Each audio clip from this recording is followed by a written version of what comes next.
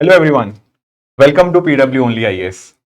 दोस्तों, आज 23 जुलाई है एंड अभी थोड़ी देर पहले ही हमारे देश की जो वित्त मंत्री हैं निर्मला सीतारमण जी, उनके द्वारा इस बार का बजट प्रस्तुत किया गया है। अब दोस्तों, आप जानते होंगे 1 फरवरी को भी इनके द्वारा ही बजट पेश किया गया था, पर क्योंकि बीच में चुनाव थे, अप्रैल से लेकर जुलाई के बीच में हमें जून के बीच में चुनाव देखने को मिले, तो उस समय के अंदर जो बजट था वो एक इंटरिम बजट था। अब यहां पर हमारे पास 2024-25 का जो फाइनल बजट है हमारे सामने देखने को मिल चुका है। कल ही इकोनॉमिक सर्वे आया था, बहुत सारा इंपॉर्टेंट डेटा वहां पर भी शेयर किया गया। अब सर, आज के डिस्कशन में हम डिस्कस क्या करेंगे?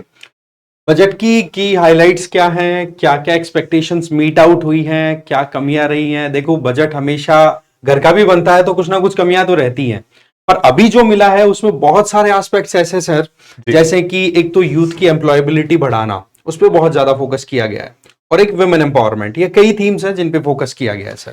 डेफिनेटली। तो बिना कोई टाइम वेस्ट किए हम स्टार्ट करते हैं कि इस बजट में आखिर क्या क्या डिस्कशन था एंड यूपीएससी पर्सपेक्टिव से, हमारे एग्जाम के पर्सपेक्टिव से जितनी भी चीजें हैं उनको हम आज डिस्कस कर देंगे। दोस्तों, आप जानते होंगे कि जो बजट बनाया जाता है वो फाइनेंस मिनिस्ट्री के अंतर्गत जो बजट डिवीजन आपको देखने को मिलती है उनके द्वारा यहाँ पे दिया जाता है। यहाँ पर एक्चुअल में अगर आपको बात करूं ना, तो हमारी जो फाइनेंस मिनिस्टर निर्मला सीतारमण जी, उन्होंने अपनी स्पीच की स्टार्ट जो की वो ये बोलते हुए की कि पहले तो देशवासियों का बहुत बहुत शुक्रिया कि प्रधानमंत्री मोदी जी की जो प्राइम मिनिस्टरशिप के अंतर्गत 3rd टर्म उनको मिली है, राइट। एंड यहां पर उन्होंने बताया कि जैसा बजट के अंदर, जो इंटरिम बजट के अंदर बात करी गई थी, जहां पर 4 सेक्टर्स की बात करी थी या 4 कास्ट, जिसको उन्होंने ज्ञान का नाम दिया था। ज्ञान का अर्थ क्या है? गरीब, युवा, अन्नदाता और नारी, यानी कि आपके पुअर, यूथ, फार्मर्स एंड आपका जो वुमेन। ये 4 फोकस एरियाज थे जो कि हमारे जो इंटरिम बजट के अंदर 4 मेजर कास्ट की बात करी थी। अब यहां पर इस बार के बजट की जो थीम है, यहां पर 4 चीजों की बात करी गई है। एक है आपकी एम्प्लॉयमेंट, दूसरा आपका स्किलिंग, तीसरा आपका एमएसएमई एंड चौथा आपका मिडिल क्लास। तो इन चारों के ऊपर इस बार फोकस रहने जा रहा है एंड फोकस वही है कि कैसे हम 2047 तक विकसित भारत यानी कि डेवलप्ड इंडिया बन सकते हैं। अब इस चीज को एक थोड़ा अलग तरीके से भी देखें सर, तो वल्नरेबल सेक्शन में जिनको कंसिडर किया जाता है उनकी तो एम्पावरमेंट हो गई जी। और कैसे हम उनको साथ लेकर के हमारा जो एक डेवलप्ड इंडिया का जो सपना है वो पूरा कर सके, इन थीम्स पे ध्यान रखते हुए ये अभी बजट प्रस्तुत किया गया फाइनेंस मिनिस्टर के द्वारा। बिल्कुल सर। तो ये 4 थीम्स तो डेफिनेटली बच्चों को याद होनी ही चाहिए, ये चारों बजट थीम्स के बारे में। जी सर। अब सर, यहां पर बजट के अंदर ना 9 प्रायोरिटीज की यहां पे बात करी हमारी फाइनेंस मिनिस्टर जी ने, और ये 9 प्रायोरिटीज का भी आपको एक आइडिया होना चाहिए ताकि जब भी आप अपना आंसर लिखो वहां पर आप इनको मेंशन कर पाओ। ये 9 प्रायोरिटीज आपके सामने हैं, मैं थोड़ा सा हाईलाइट कर देता हूं। पहली आपकी जो प्रायोरिटी है वो रहेगी एग्रीकल्चर। इनको एक एक करके डिटेल में डिस्कस करेंगे क्योंकि बजट के अंदर यही 9 प्रायोरिटीज का डिस्कशन हुआ है, पर एक बार आप थोड़ा सा समझ लीजिए। एक प्रायोरिटी आपकी एग्रीकल्चर, दूसरी एम्प्लॉयमेंट एंड स्किलिंग, तीसरा ह्यूमन रिसोर्स डेवलपमेंट, चौथा मैन्युफैक्चरिंग एंड सर्विस, 5th आपका अर्बन डेवलपमेंट, 6th आपकी एनर्जी सिक्योरिटी, 7th आपका इंफ्रास्ट्रक्चर, 8th आपका innovation and R&D and last आपका 9th रहेगा जो नेक्स्ट जनरेशन रिफॉर्म्स रहेंगे। ये 9 थीम्स थी या 9 प्रायोरिटी एरियाज थी जिनके बारे में आज फाइनेंस मिनिस्टर निर्मला सीतारमण जी ने डिटेल में डिस्कशन किया। तो एक काम करते हैं सर, फिर एक एक प्रायोरिटी उठाते हैं एंड डिस्कस करते हैं कि हमारी फाइनेंस मिनिस्टर ने क्या बात करी। जी सर। सबसे पहले हम बात करते हैं एग्रीकल्चर सेक्टर की। देखो, हमारे देश में ज्यादातर लोग, वैसे पता है सर कि कितनी पॉपुलेशन हमारे यहाँ पर अभी भी एग्रीकल्चर डिपेंडेंट है, तो क्यों ना हम एग्रीकल्चर में एक तो एम्प्लॉयबिलिटी और उसकी प्रोडक्टिविटी को बढ़ाएं, और बहुत सारी स्कीम्स हम ऑलरेडी रन करा रहे हैं उनको। तो आज के टाइम पे सबसे बड़ा चैलेंज एग्रीकल्चर के सामने सर क्लाइमेट चेंज का आ रहा है। बिल्कुल। तो क्लाइमेट स्मार्ट एग्रीकल्चर को प्रमोट करना और साथ ही साथ जो एग्रीकल्चर में केमिकल्स का यूज हो रहा है उसको डिक्लाइन करना बहुत ज्यादा जरूरी है, क्योंकि ऑर्गेनिक एग्रीकल्चर प्रमोट हो, नेचुरल प्रोसेसेस को हम फॉलो करें, उन पे बड़ा ध्यान दिया गया है। बिल्कुल सर, इसी बात को ध्यान में रखते हुए यहाँ पे बात करी गई है एग्रीकल्चर में रिजिलियंस की। यानी कि जो सर बता रहे थे क्लाइमेट चेंज हो रहा है, पर हमें यहाँ पर क्रॉप्स की क्लाइमेट रेजिलिएंट वैरायटीज को लाना ही पड़ेगा, क्योंकि हम जानते हैं कि इसके अंदर बदलाव तो होगा समय के अंदर, क्लाइमेट की वजह से उसका इंपैक्ट आपकी फूड सिक्योरिटी पे आने वाला है। तो वो इंपैक्ट को कैसे हम मिनिमाइज कर सकते हैं, इसके लिए यहां पे कोशिश है कि हम एग्रीकल्चर रिसर्च को बढ़ाएं ताकि आपकी क्लाइमेट रेजिलिएंट वैरायटीज आपकी सामने आ पाए। अगर दोस्तों आप लोग करंट अफेयर्स रेगुलरली फॉलो करते हो ना, तो 2-3 दिन पहले ही Indian council of agriculture research ने भी इसके रिगार्डिंग बात करी थी, जब हमने one scientist one product scheme का भी डिस्कशन किया था। उसके अंदर भी यही बात थी कि हर एक साइंटिस्ट की कोशिश होनी चाहिए कि एक नए प्रोडक्ट के ऊपर, यानी कि एक एग्रीकल्चर प्रोडक्ट के ऊपर काम करें ताकि हमारे पास नई नई वैरायटीज आए। उस समय भी नई इस तरह की क्लाइमेट रेजिलिएंट वैरायटीज को लॉन्च किया गया था। ये तो सर बात हुई रेजिलियंस की। दूसरा सर ने जैसे बात करी ऑर्गेनिक फार्मिंग या फिर कि हम नेचुरल वेस्ट के ऊपर कैसे जा सकते हैं, तो यहां पर फाइनेंस मिनिस्टर जी द्वारा बोला गया कि 1 करोड़ किसान अक्रॉस द कंट्री, उनको यहां पे इनिशिएट करवाया जाएगा नेचुरल फार्मिंग को, ताकि जो समस्याएं आती हैं आपकी मिट्टी के रिगार्डिंग, आपके एक्सेसिव केमिकल्स के रिगार्डिंग, वो हम यहां पे उसको मिनिमाइज कर पाए। प्लस इस तरह से 10,000 need based bio input resource centre देश भर में एस्टेब्लिश किए जाएंगे ताकि नेचुरल फार्मिंग और भी प्रमोट हो पाए। अब इसमें एक चीज बड़ी इंपॉर्टेंट आ जाती है कि जिस तरीके से हम यूनाइटेड नेशन की जो भी हमारे कमिटमेंट्स हैं उनको फुलफिल करने की हम बात करते हैं सर, तो वहां पर अभी हमें पता है कि सस्टेनेबल डेवलपमेंट गोल्स हैं, वहां पर हमें नेचर को भी प्रोटेक्ट करना है और साथ ही साथ जो भी वल्नरेबल सेक्शंस है उनको हमें एम्पावर करना है। तो खेती पर डिपेंडेंट जो फैमिलीज है ना, उनको हमें सस्टेनेबल मैनर में आगे बढ़ाना है। तो उस पॉइंट ऑफ व्यू से नेचुरल फार्मिंग प्रमोट करना, ये गवर्नमेंट की प्रायोरिटी में आना बहुत ही ज्यादा इंपॉर्टेंट सिग्नल देती है कि गवर्नमेंट कितना सीरियस हमारी एग्रीकल्चर को लेकर के। जी सर। सर इसके अलावा एक जो बात फाइनेंस मिनिस्टर जी ने और बात करी वो थी आत्मनिर्भरता की रिगार्डिंग। बिल्कुल। अब सर एक्चुअल में पॉइंट ये है कि हम राइस, व्हीट, शुगर के इनकी अच्छी खासी प्रोडक्शन करते हैं, पर अगर मैं बात करूं ऑयल सीड और पल्सेस, ये दोनों चीजों की खासकर यहाँ पे फाइनेंस मिनिस्टर ने बात करी है। ऑयल सीड्स की भी एंड पल्सेस की भी यहाँ पे डिस्कशन हुई है, कैसे हम यहाँ पर अपनी जो डिपेंडेंसी दूसरी कंट्रीज के ऊपर उसको हम कैसे कम कर सकते हैं, तो इसके अंदर भी आत्मनिर्भरता हमें लानी चाहिए। बिल्कुल सर। एक पॉइंट यहाँ पे मैं ऐड करना चाहूंगा कि यहाँ पे जो ऑयल सीड वाला पॉइंट है ना, ये सीधा रशिया यूक्रेन वॉर से कनेक्ट आप कर सकते हो, क्योंकि हम आप कह सकते हो जो सनफ्लावर ऑयल है सर बहुत इंपोर्ट करते हैं वहां से, हमारी जो रिक्वायरमेंट होती है उसकी। तो और दूसरी तरफ हम पाम ऑयल है वो भी इंडोनेशिया, मलेशिया यहां से इंपोर्ट करते हैं। तो रशिया यूक्रेन वॉर के चलते तो हमें सनफ्लावर ऑयल की प्राइसेस बढ़ते हुए दिखे थे, तो पॉकेट पे सीधा असर पड़ता है। एक अब हमारी बेसिक रिक्वायरमेंट्स ही पूरी नहीं हो पाएंगी तो कितना मुश्किल हो जाएगा। तो ऐसे में ग्लोबल सिनेरियो अनसर्टेन हो रहा है बहुत ज्यादा। आपको पता है एक तरफ रशिया यूक्रेन चल रहा है, दूसरी तरफ हमास इजराइल चल रहा है, उधर हौतीज ने वैसे अटैक कर रखा है रेड सी में। तो हमारा टारगेट यह है कि कम से कम हम बुरी से बुरी परिस्थिति में हमारी रिक्वायरमेंट को पूरा करने की व्यवस्था तो एटलीस्ट तैयार करके रखें। ये कॉन्सेप्ट है आत्मनिर्भरता का यहाँ पर। जी सर एक जो और डिस्कशन यहाँ पे हुआ वो था श्रिम्प प्रोडक्शन एंड एक्सपोर्ट के रिगार्डिंग। जी सर। सर एक्चुअली बहुत डिस्कशन हुआ था पिछले साल इसके रिगार्डिंग भी कि कुछ कंट्रीज ने कुछ दूसरी कंट्रीज के ऊपर बैन लगा दिया था कि वहां से वो श्रिम्प नहीं मंगाएंगे, एंड ओवरऑल ग्लोबली हम बात करें तो श्रिम्प की काफी ज्यादा डिमांड रहती है, तो एक्वा कल्चर को हमारे यहाँ पे प्रमोट करने की कोशिश हुई है।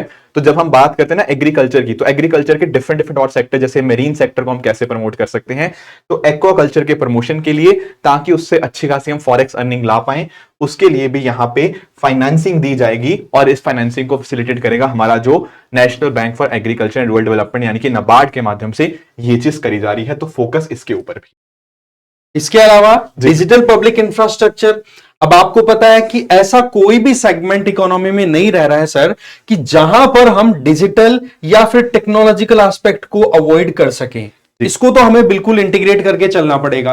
आपको पता है कि टेक्नोलॉजिकल एस्पेक्ट में आजकल कितना ज्यादा डेटा एनालिटिक्स का प्रोसेस है, उस पर हम रिलाई कर रहे हैं, बिग डेटा एनालिसिस है, ये काम आते हैं क्योंकि जब हमारे पास में कोई ट्रेंड सेट हो रहा है उससे रिलेटेड अगर डेटा आता है तो उसी से रिलेटेड जब पूरा एनालिसिस करके हम पॉलिसी मेकिंग करेंगे ना, तो फिर वो चैलेंज अगर रिपीट हो रहे हैं जिनके चलते हमारे पास में डेटा आया, तो उनको हम आगे प्रॉपर्ली टैकल कर पाएंगे। तो ऐसे में डिजिटल पब्लिक इंफ्रास्ट्रक्चर पर भी फोकस किया जा रहा है, और इसमें ज्यादा भी नहीं तो अब आप देख लो लगभग 400 डिस्ट्रिक्ट्स को फोकस में लिया जा रहा है ऑल ओवर इंडिया। तो ये अपने आप में ग्रास रूट लेवल पे एक टारगेट करके और काम करने का एक तरीका यहाँ पर एक्सप्लोर हो रहा है। जी सर, एक आखिरी चीज है बस एग्रीकल्चर के अंदर। हाँ सर। वो बात करी गई है कोऑपरेटिव सेक्टर्स को कैसे हम यूज कर सकते हैं एग्रीकल्चर के अंदर। जैसे आपका एफपीओस की यहाँ पे बात करी गई है, फार्मर प्रोड्यूसर ऑर्गेनाइजेशन, कोऑपरेटिव्स की। कई बार ना किसानों को सबसे बड़ी दिक्कत ये आती है कि बार्गेनिंग पावर काफी कम होती है, कई बार इनपुट्स के जो कॉस्ट उनको काफी ज्यादा पड़ती है, या फिर यहाँ पे हम स्टार्टअप्स को भी इन्वॉल्व करने की कोशिश कर रहे हैं ताकि इसके माध्यम से जितने भी, चाहे वो प्री प्रोडक्शन का प्रोसेस हो, प्रोडक्शन का प्रोसेस हो या पोस्ट प्रोडक्शन का प्रोसेस हो, वहां पर अगर हम कोऑपरेटिव्स को, एफपीओस को और स्टार्टअप्स को एंगेज करते हैं तो हम इंश्योर कर सकते हैं कि एग्रीकल्चर में ये समस्याएं भी सॉल्व हो सकती हैं। तो ये सारा डिस्कशन किया गया एग्रीकल्चर सेक्टर के अंदर हमारी फाइनेंस मिनिस्टर जी के द्वारा, जो कि पहली प्रायोरिटी के रूप के ऊपर हमारे विकसित भारत के लिए सामने आई। जी सर। जी सर, नेक्स्ट प्रायोरिटी की तरफ चलते हैं। नेक्स्ट प्रायोरिटी जो बात करी गई वो है एम्प्लॉयमेंट एंड स्किलिंग के बारे में। जी सर। अब इसमें आप देखो कि गवर्नमेंट की तरफ से 3 इंपॉर्टेंट पिलर्स या फिर हम कहें 3 इंपॉर्टेंट स्कीम्स पे फोकस किया गया है। स्कीम ए, यहां पर बी में, ए में क्या किया जा रहा है, फर्स्ट टाइमर्स जो है, अब सीधी बात है हमारे यहां पर हर साल बहुत सारे लोग ग्रेजुएशन करके, बहुत सारे ब्रिज कोर्स करके ही निकल रहे हैं, तो सर उनको जॉब नहीं मिल पाती है। तो ऐसे में जॉब शुरुआती तौर पर एक बार किक स्टार्ट मिले, फिर उसके बाद में थोड़ी बहुत ट्रेनिंग कुछ सीखेंगे 2-4 महीने में, तो फिर वो एम्प्लॉयबल दूसरी कंपनीज में हो जाते हैं। तो उसको प्रमोट करने के लिए गवर्नमेंट की तरफ से सीधा एक प्रोविजन किया गया है कि उनको फॉर्मल सेक्टर में आने आप मतलब आएंगे ना, तो इनिशियल स्टेज पे उनको 15,000 रुपए तक का एक अमाउंट दिया जाएगा गवर्नमेंट की तरफ से। अब आप देखो 15,000 रुपए एक न्यू कमर को मिलता है सर, तो अपने आप में ये अमाउंट कहीं ना कहीं उनके लिए एनकरेजिंग साबित होगा, और इसका फायदा ज्यादा भी नहीं तो 21 करोड़ यंगस्टर्स को होने वाला है। तो ये अपने आप में एम्प्लॉयमेंट को लेकर के एक अच्छा इनिशिएटिव गवर्नमेंट की तरफ से है कि ज्यादा भी नहीं तो घर से बाहर तो निकले बच्चा, और फिर उसके बाद में अपनी खुद की कैपेसिटी के अकॉर्डिंग परफॉर्म करे, आगे बढ़े। फिर स्कीम बी की बात करें, इसमें जॉब क्रिएशन की बात है, और इसमें मेन फोकस दिया गया है मैन्युफैक्चरिंग पे। ये हमें ध्यान रखना है, क्योंकि हमारे देश में अभी भी कहा जाता है ना कि चाइना की जो इकोनॉमी है सर, उसकी बैकबोन है मैन्युफैक्चरिंग। तो वहां पर वो लोग कैसे भी करके अपनी इकोनॉमी को बहुत आगे तक ले जा पाए, और हमारी इकोनॉमी के लिए क्या बोलते हैं, इकोनॉमिक ग्रोथ तो अच्छी है पर एम्प्लॉयबिलिटी नहीं है, तो जॉबलेस ग्रोथ बोल दी जाती है। तो उस लूप होल को या उस कमी को खत्म करने के लिए मैन्युफैक्चरिंग पे ध्यान देने के लिए फोकस किया है, जिसमें आप देख सकते हो ईपीएफओ, जब भी कोई भी 15,000 या फिर एक लिमिट है गवर्नमेंट की तरफ से सेटल कि उससे कम इनकम वाला इंडिविजुअल है, तो वो अपनी तरफ से मतलब एम्प्लॉयर जो नौकरी दे रहा है वो, और गवर्नमेंट अपनी तरफ से एक अमाउंट निकाल करके और फ्यूचर पर्सपेक्टिव से स्टोर करके रखती है कि हाँ जी फ्यूचर में बंदे को कोई सिचुएशन देखनी पड़े तो कम से कम टैकल कर सके। तो कुल मिलाकर के मैन्युफैक्चरिंग पे फोकस है। फिर तीसरी स्कीम की बात करें तो इसमें यह फोकस किया जा रहा है कि जो एम्प्लॉयर्स हैं, अब सीधी बात है नौकरी देगा कौन, नौकरी लेने वाले तो हमारे पास बहुत हैं, सरकार भी चाहती है कि हाँ भाई नौकरियां मिले, पर उसके लिए हमें नौकरी देने वालों को भी तैयार करना होगा। तो ऐसे में एम्प्लॉयर्स को एनकरेज किया जा रहा है कि भाई आपको 3,000 रुपए के हिसाब से पर मंथ के हिसाब से, ज्यादा भी नहीं तो 2 साल तक गवर्नमेंट की तरफ से वो पैसा एक तरीके से जो एम्प्लॉयर अफोर्ड करता है पीएफ के नाम पर, वो अब गवर्नमेंट अफोर्ड करेगी, रीइंबर्स करेगी। तो रीइंबर्स करेगी एक तरीके से। पहले तो शुरुआत में एम्प्लॉयर एक तरीके से बियर करेगा, फिर गवर्नमेंट उस रिफंड कर देगी। इससे क्या होगा कि ज्यादा से ज्यादा लोगों को नौकरी देने से एम्प्लॉयर्स डरेंगे नहीं तो सर ये दिमाग में रहता है कि हाँ जी हमें एडिशनल ये कॉस्टिंग बियर और करनी पड़ेगी। सर यहाँ पे मैं 1-2 पॉइंट्स हाईलाइट करना चाहूंगा। जी सर। जैसे कल इकोनॉमिक सर्वे आया, इकोनॉमिक सर्वे के अंदर एक बहुत इंपॉर्टेंट फैक्ट मेंशन था कि सरकार को ना 2030 तक यानी कि अगले 6 साल तक हर साल 78.5 लाख नई नौकरियां हर साल जनरेट करनी होंगी, और ये भी जो नौकरियां जनरेट करनी है ये नॉन फार्म सेक्टर के अंदर जनरेट करनी है। बिल्कुल ठीक है। तो जब अगर हमें अपनी वर्कफोर्स को अच्छे से उनको प्रॉपर जॉब्स देनी है तो इतनी जॉब्स हर साल जनरेट करनी है नॉन फार्म सेक्टर के अंदर। तो ये जो 3 स्कीम्स यहाँ पे सरकार लाई है ना, इसका लिंकेज कल के इकोनॉमिक सर्वे के साथ आप डायरेक्ट देख पाओगे। तो कल जैसे सर मैं स्टूडेंट से डिस्कस कर भी रहा था, तो इकोनॉमिक सर्वे एक तरह का हमें हमारी हेल्प करता है हमें समझने के लिए कि फ्यूचर में हमें क्या क्या चीजें चाहिए, एंड बजट के द्वारा ये स्कीम्स लाना अपने आप में एक काफी एक पॉजिटिव चीज है। सर एक और छोटी सी चीज थी यहाँ पे मैं देख रहा था, दरअसल में मैं अभी थोड़ा टीवी चैनल देख रहा था, तो कांग्रेस के कुछ जो लीडर्स थे उन्होंने बोला कि सरकार ने ये स्कीम उनके मैनिफेस्टो से उठा ली है कि उनकी भी ऐसे की पहली नौकरी पक्की वाली जो चीज थी वो कहीं ना कहीं यहाँ पे उसका एक थोड़ा सा लिंकेज यहाँ पे देखने को मिला। पर इसमें देखा जाए तो डेमोक्रेटिक प्रोसेस है सर इसमें। बिल्कुल, बिल्कुल। अगर ऑपोजिशन के मैनिफेस्टो में ऑपोजिशन कोई बात उठा रही है और अगर रूलिंग पार्टी यूज करे तो वो उसको एक कंड्यूसिव मैनर में हमें एक तरीके से लेना चाहिए। डेफिनेटली सर, कल भी जैसे इकोनॉमिक सर्वे ने डिस्कशन किया कि रोजगार और एक हमारे जो इनकम इनइक्वालिटी, ये दो मेजर प्रायोरिटीज होनी चाहिए सरकार की, इनको टैकल करना। एंड आई थिंक सरकार ने अच्छा काम यहाँ पे किया भी है। जी सर जी। यहाँ पर सर एक डिस्कशन और है एम्प्लॉयमेंट के रिगार्डिंग ही, वो है महिलाओं के रिगार्डिंग। सर अगर मैं बात करूं महिलाओं का लेबर फोर्स पार्टिसिपेशन रेट जो है LFPR, वो हमें कंपैरेटिवली पुरुषों के मुकाबले काफी कम देखने को मिल जाता है। बिल्कुल सर। हालांकि इसमें नंबर्स इंप्रूव हुए हैं, अभी ये 35-37% के आसपास है women labour force participation rate, पर हम चाहते हैं कि इसमें अंदर और भी इंक्रीज हो। एंड यहां पर इस चीज को इंक्रीज करने के लिए सरकार के द्वारा वर्किंग वुमेन हॉस्टल सेटअप किए जाएंगे in collaboration with industry, and साथ साथ वहां पे क्रैच की फैसिलिटी भी होगी, ताकि महिलाओं को काम करने के अंदर अब कोई दिक्कत ना आए, कोई रुकावट ना बने उनके काम करने के अंदर। जी सर बिल्कुल।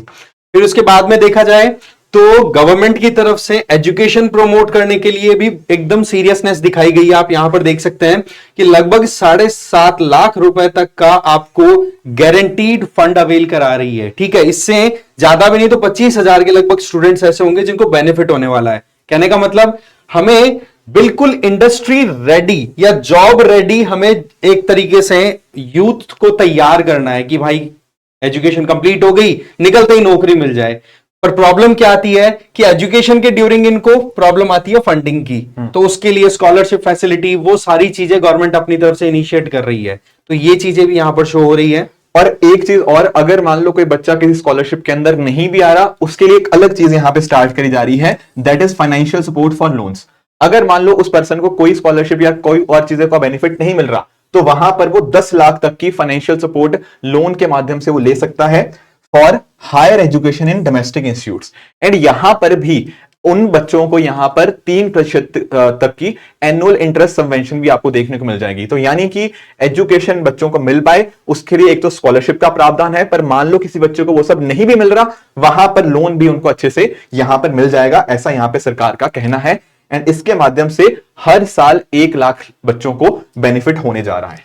इसके अलावा आप देख सकते हो स्किलिंग प्रोग्राम। भाई सीधी बात है, एजुकेशन कंप्लीट हो गई, BA सबने कर लिया, BSc कर लिया, फिर भी नौकरियां नहीं मिल रही है, तो उन लोगों को भी एक अगेन सपोर्ट की रिक्वायरमेंट होती है। तो 20 लाख यूथ को स्किल प्रोवाइड की जाएगी आने वाले 5 सालों में। अब सीधी बात है, गवर्नमेंट की बहुत सारी स्किल्स को देने के लिए स्कीम्स भी हमारे पास अवेलेबल है। साथ ही साथ 1000 इंडस्ट्रियल ट्रेनिंग इंस्टीट्यूट्स हैं, उनको अपग्रेड किए जाएंगे। आपको पता है कि IITIs जो है उनका बहुत इंपॉर्टेंट रोल है। एक चीज देखो, फैक्ट है कि नौकरियां देनी है तो सभी लोगों को वो हायर स्केल की नौकरियां देना बहुत ज्यादा मुश्किल है, क्योंकि हमारे यहां पर अभी एग्रीकल्चर सेक्टर को छोड़ करके और फिर हमें उनको मूव कराना है मैन्युफैक्चरिंग की तरफ, और मैन्युफैक्चरिंग में ज्यादा जो मैन पावर की रिक्वायरमेंट होगी वो फुलफिल हो सकती है ITI से। तो ये भी ध्यान दिया जा रहा है, क्योंकि आजकल जमाना है AI का, आर्टिफिशियल इंटेलिजेंस है सर, आजकल सारा का सारा IT या फिर सॉफ्टवेयर बेस्ड होने लग गया। तो ऐसे में वो पुराने वाले सिस्टम है वो नहीं चल पाएंगे, तो उनका अपग्रेडेशन भी बहुत ज्यादा सीरियसली लिया जा रहा है। इसके अलावा स्किल को जिस तरीके से डेवलप किया जाएगा उसमें मेन फोकस रहेगा इंडस्ट्री डिमांड, क्योंकि ये बहुत ज्यादा शिकायतें आती रहती हैं सर कि लोग पढ़ करके तो आ गए, बच्चे पढ़ करके तो आ गए, डिग्री भी इनके हाथ में है, पर इनको काम नहीं आता। तो ऐसे में उन लोगों को फिर या तो ऑन जॉब, जैसे जॉब में जाएं उससे पहले ही उन लोगों को ट्रेनिंग दे दी जाए। ठीक है, तो उन चीजों पर भी फोकस प्रॉपर रहेगा यहां पर। ठीक है जी सर। तो सर पहला हमारा एग्रीकल्चर फोकस था प्रायोरिटी, उसका दूसरी प्रायोरिटी हमने एम्प्लॉयमेंट एंड स्किलिंग को समझा। जी सर। अब आ जाते हैं अपनी तीसरी प्रायोरिटी के ऊपर, जो बात करता है आपके inclusive human resource development and social justice की। जी सर। ये यहाँ पे बात करी गई है इंक्लूसिव ह्यूमन रिसोर्स की। जब यहाँ पे फाइनेंस मिनिस्टर यहाँ पे बात कर रहे थे तो उन्होंने ना कुछ स्कीम्स का जिक्र किया, मैं थोड़ा सा आपको उनके बारे में एक आइडिया देता हूं। जैसे एक उन्होंने डिस्कशन किया कि हमारे जो क्राफ्ट्समैन होते हैं, हमारे जो आर्टिसंस होते हैं, इनके लिए पिछले साल हमने एक स्कीम लॉन्च करी थी।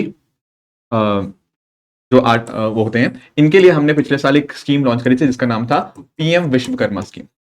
जी सर बिल्कुल। अब इसके माध्यम से डेफिनेटली काफी आपके आर्टिसंस को, आपके क्राफ्ट्समैन को काफी ज्यादा फायदा हुआ। इसके साथ ही साथ स्ट्रीट वेंडर्स के लिए स्ट्रीट वेंडर आत्मनिर्भर जो निधि स्कीम है वो यहाँ पे कई सालों पहले लॉन्च करी गई थी। इवन आपका जो स्टैंड अप इंडिया हो गया, या इवन आपका लाइवलीहुड मिशन हो गया, ये सब स्कीम्स ने काफी अच्छा परफॉर्म किया है। बट यहाँ पे फाइनेंस मिनिस्टर जी ने बताया कि क्योंकि हम चाहते हैं कि ह्यूमन रिसोर्स आगे भी डेवलप हो, उनको अच्छी नौकरियां मिले, आगे और डेवलप हो पाए, तो इसके लिए भी यहाँ पर इन स्कीम्स के लिए जो फंडिंग है उनको इंक्रीज किया जाएगा। ये तो थी पहली बात। दूसरी बात, यहां पर हमारी फाइनेंस मिनिस्टर जी ने बहुत इंपॉर्टेंट बात करी, एंड जो आपको बिल्कुल यहां पे नहीं भूलनी है, वो बात है पूर्वोदया की। विकास भी, विरासत भी। देखो सर, यहां पे थोड़ा सा ये मुद्दा थोड़ा कंट्रोवर्शियल भी हुआ। जब फाइनेंस मिनिस्टर जी इस बात को डिस्कशन कर रहे थे तो काफी ऑपोजिशन ने उस समय थोड़ा प्रोटेस्ट भी किया। पर एक्चुअली पॉइंट सर यहाँ पे ये था कि जो एनडीए की हमारी सरकार बनी है, वहां पर आप नोटिस करोगे कि वहां पर नीतीश कुमार जी जेडीयू के, एंड आपके जो आंध्र प्रदेश के चंद्रबाबू नायडू जी बहुत ज्यादा इंपॉर्टेंट हो जाते हैं।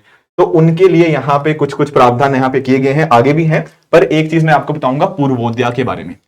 जब यहाँ पे फाइनेंस मिनिस्टर ने पूर्वोदया की बात करी, उन्होंने यहाँ पे 5 स्टेट्स का नाम लिया, जिसमें आपका एक था बिहार, दूसरा झारखंड, तीसरा वेस्ट बंगाल, चौथा उड़ीसा एंड 5वां आपका आंध्र प्रदेश। अब यहां पे बात करी गई विकास भी, विरासत भी, यानी कि हमें डेवलपमेंट भी करनी है, एंड हमारे जो यहाँ पे ट्रेडिशनल हमारे जो कनेक्टिविटी या रेदर शुड से जो ट्रेडिशनल यहाँ पे रोल रहा है उसको भी हम यहाँ पे उजागर करेंगे। फॉर एग्जाम्पल यहां पर आप बात कर सकते हो गया की, तो अपॉर्चुनिटीज, इकोनॉमिक अपॉर्चुनिटीज भी, but at the same time हमारा जो पास्ट रहा है, जो हिस्टोरिक पास्ट रहा है, उसको भी हम यहाँ पे उजागर करेंगे। इसमें पूर्वोदय का मतलब क्या हो गया? एक सिंपल सा एक ये भी अपन समझ सकते हैं। अब वैसे तो सनराइज होता है पूर्व से ही, ईस्ट से ही, बट यहां पर हमारे जो ईस्टर्न स्टेट्स हैं उनका भी यहां पर, अब मेन ये सारे के सारे स्टेट ईस्टर्न इंडिया के आ जाते हैं, बट यहां पर जो सर ने बात बताई वो बिल्कुल एक्सप्लिसिटली क्लियर हो रही है कि बिहार भी इंक्लूडेड है और आंध्र प्रदेश भी इंक्लूडेड है, राइट। और यही चीज यहां पर भी देख सकते हो, आंध्र प्रदेश रीऑर्गेनाइजेशन एक्ट जो था 2014 में, तेलंगाना जो बना था, तो उसके बाद में आंध्र प्रदेश को बहुत ज्यादा इतना फेवर नहीं मिला, ठीक है ना, तो राजधानी बन पाई प्रॉपरली। अब जाकर के तो वो चीजें अब क्लियर हो रही है, फिर भी फाइनली अब जाकर के थोड़ा सा एनडीए की तरफ से या फिर एनडीए की जो स्ट्रेंथ है उसको मेंटेन रखने के लिए 15,000 करोड़ रुपए तक का एक तरीके से असिस्टेंस दिया जा रहा है सेंट्रल गवर्नमेंट की तरफ से। 2024-25 के साल में ये जाएगा एक्सक्लूसिवली आंध्र प्रदेश के लिए। तो यहाँ पे ना जो पैसा होगा, एट द सेम टाइम आपके जो मल्टीलेटरल डेवलपमेंट ऑर्गेनाइजेशंस है ना, वो भी यहाँ पे कंट्रीब्यूट करेंगी। तो टोटल फंड जो है 15,000 तक का एक फाइनेंशियल सपोर्ट यहाँ पे देखने को मिल जाएगा। तो ये चीज यहाँ पर भी है, एंड आपकी आंध्र प्रदेश रीऑर्गेनाइजेशन एक्ट के माध्यम से भी ये चीज हमें देखने को मिलती है।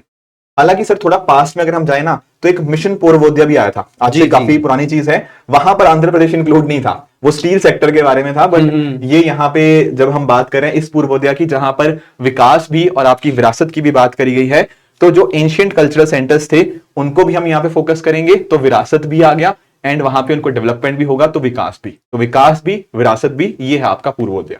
इसके अलावा प्रधानमंत्री जनजातीय उन्नत ग्राम अभियान, ये जो है, अब जनजातीय नाम आ गया तो सीधी बात है जहां पर भी शेड्यूल्ड ट्राइब्स, अब ट्राइबल एरिया की बात करें तो हमारे ईस्टर्न स्टेट जो आ जाते हैं आपके, इनमें झारखंड, ठीक है, झारखंड के अलावा उड़ीसा, ठीक है, छत्तीसगढ़, ये वाले जो स्टेट्स है ना, ये आप इंक्लूड कर लो, तो इनको भी यहां पर एक तरीके से ट्राइबल कम्युनिटी को अपलिफ्ट करने के लिए यहां पर भी लगभग 63,000 विलेजेस को आइडेंटिफाई किया गया है, जहां 5 करोड़ के लगभग ट्राइबल पीपल हैं, वो वहां पर बेनिफिट उठा पाएंगे। अब उसमें बेनिफिट क्या होगा? सीधी बात है कि जो भी उनके सामने चैलेंजेस आ रहे हैं, फॉर एग्जाम्पल उनको सामाजिक तौर पर आइसोलेशन का सामना करना पड़ता है, वहां पर स्कूल्स की कमी आ रही है, तो जितनी भी स्कीम्स होगी उनको प्रॉपरली एक इंप्लीमेंटेशन में लाने की पूरी अटेंशन दी जाएगी यहां पर। इसके अलावा यहां पर आप देखो वुमेन एम्पावरमेंट पे अगेन फोकस किया गया है, 3 लाख करोड़ रुपए तक का यहां पर एक अलोकेशन हम कंसिडर कर सकते हैं। एंड लास्टली सर, मतलब थोड़ा सा फोकस रखा गया यहाँ पे, एक्चुअली वर्ड ना साथ में सोशल जस्टिस है, तो आपकी महिलाएं, आपकी गर्ल्स हो गया, उनको इंक्लूड करने के साथ साथ हमारा फोकस नॉर्थ ईस्ट रीजन पे भी रहना चाहिए। तो इस वजह से इंडिया पोस्ट पेमेंट बैंक की 100 से भी ज्यादा जो नई ब्रांचेस हैं वो यहाँ पर नॉर्थ ईस्ट रीजन के अंदर सेटअप होंगी, तो ये भी हमारा फोकस रहा। बाकी सर ये जो पोलावरम इरिगेशन प्रोजेक्ट था, ये काफी बार न्यूज में भी रहता है, तो इसका जल्दी से जल्दी कैसे कंप्लीशन हो पाए ताकि देश की फूड सिक्योरिटी हो, क्योंकि बहुत सारे जो रीजन्स है वहां पे आंध्र प्रदेश में वो डिपेंडेंट है यहाँ के पानी के ऊपर, ताकि वहां एग्रीकल्चर हो पाए, तो डेफिनेटली उसके ऊपर भी यहाँ पे ध्यान रखा गया है। तो काफी डिस्कशन हुआ। एक यहाँ पर हम थोड़ा पॉइंट एक और हाईलाइट करें जी, अमृतसर कोलकाता इंडस्ट्रियल कॉरिडोर, जो कि सर ने बताया था ना, गया बुद्धिज्म के लिए बहुत इंपॉर्टेंट प्लेस है जी। ठीक है, तो वहां से आप देखो कि कल्चर को भी आइडेंटिफाई किया है, और साथ ही साथ इस इंडस्ट्रियल कॉरिडोर को डेवलप करने का टारगेट क्या है कि कैसे हम पूरे इंडिया को एक धागे में पिरो करके डेवलपमेंटल एस्पेक्ट में आगे बढ़ सके। तो ये पॉइंट्स हमारे लिए इस पर्टिकुलर थीम में। यस, तो तीसरी हमारी जो प्रायोरिटी हो गया वो inclusive human resource development and social बन जस्टिस, जाती है। बिल्कुल सर। नेक्स्ट सर, हमारा जो मैन्युफैक्चरिंग एंड सर्विस जो सेक्टर है, डेफिनेटली वो एक मेजर प्रायोरिटी की तरह यहाँ पे सामने आया है। इवन पिछले साल के मेंस के अंदर यूपीएससी ने एमएसएमई के ऊपर क्वेश्चन भी पूछा था, तो थोड़ा सा ये सेक्टर हमारे लिए इंपॉर्टेंट है।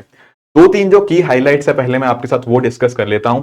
देखो, मुद्रा एक ऐसी स्कीम रही है जिसने काफी ज्यादा मदद करी है। यहां पर ना आप जानते होंगे कि मुद्रा के अंदर जो लोन्स होते हैं वो तीन तरह के होते हैं। एक होते हैं आपके शिशु, किशोर एंड तरुण। ये तीन टाइप के लोन आपके मुद्रा के अंदर प्रोवाइड किए जाते थे।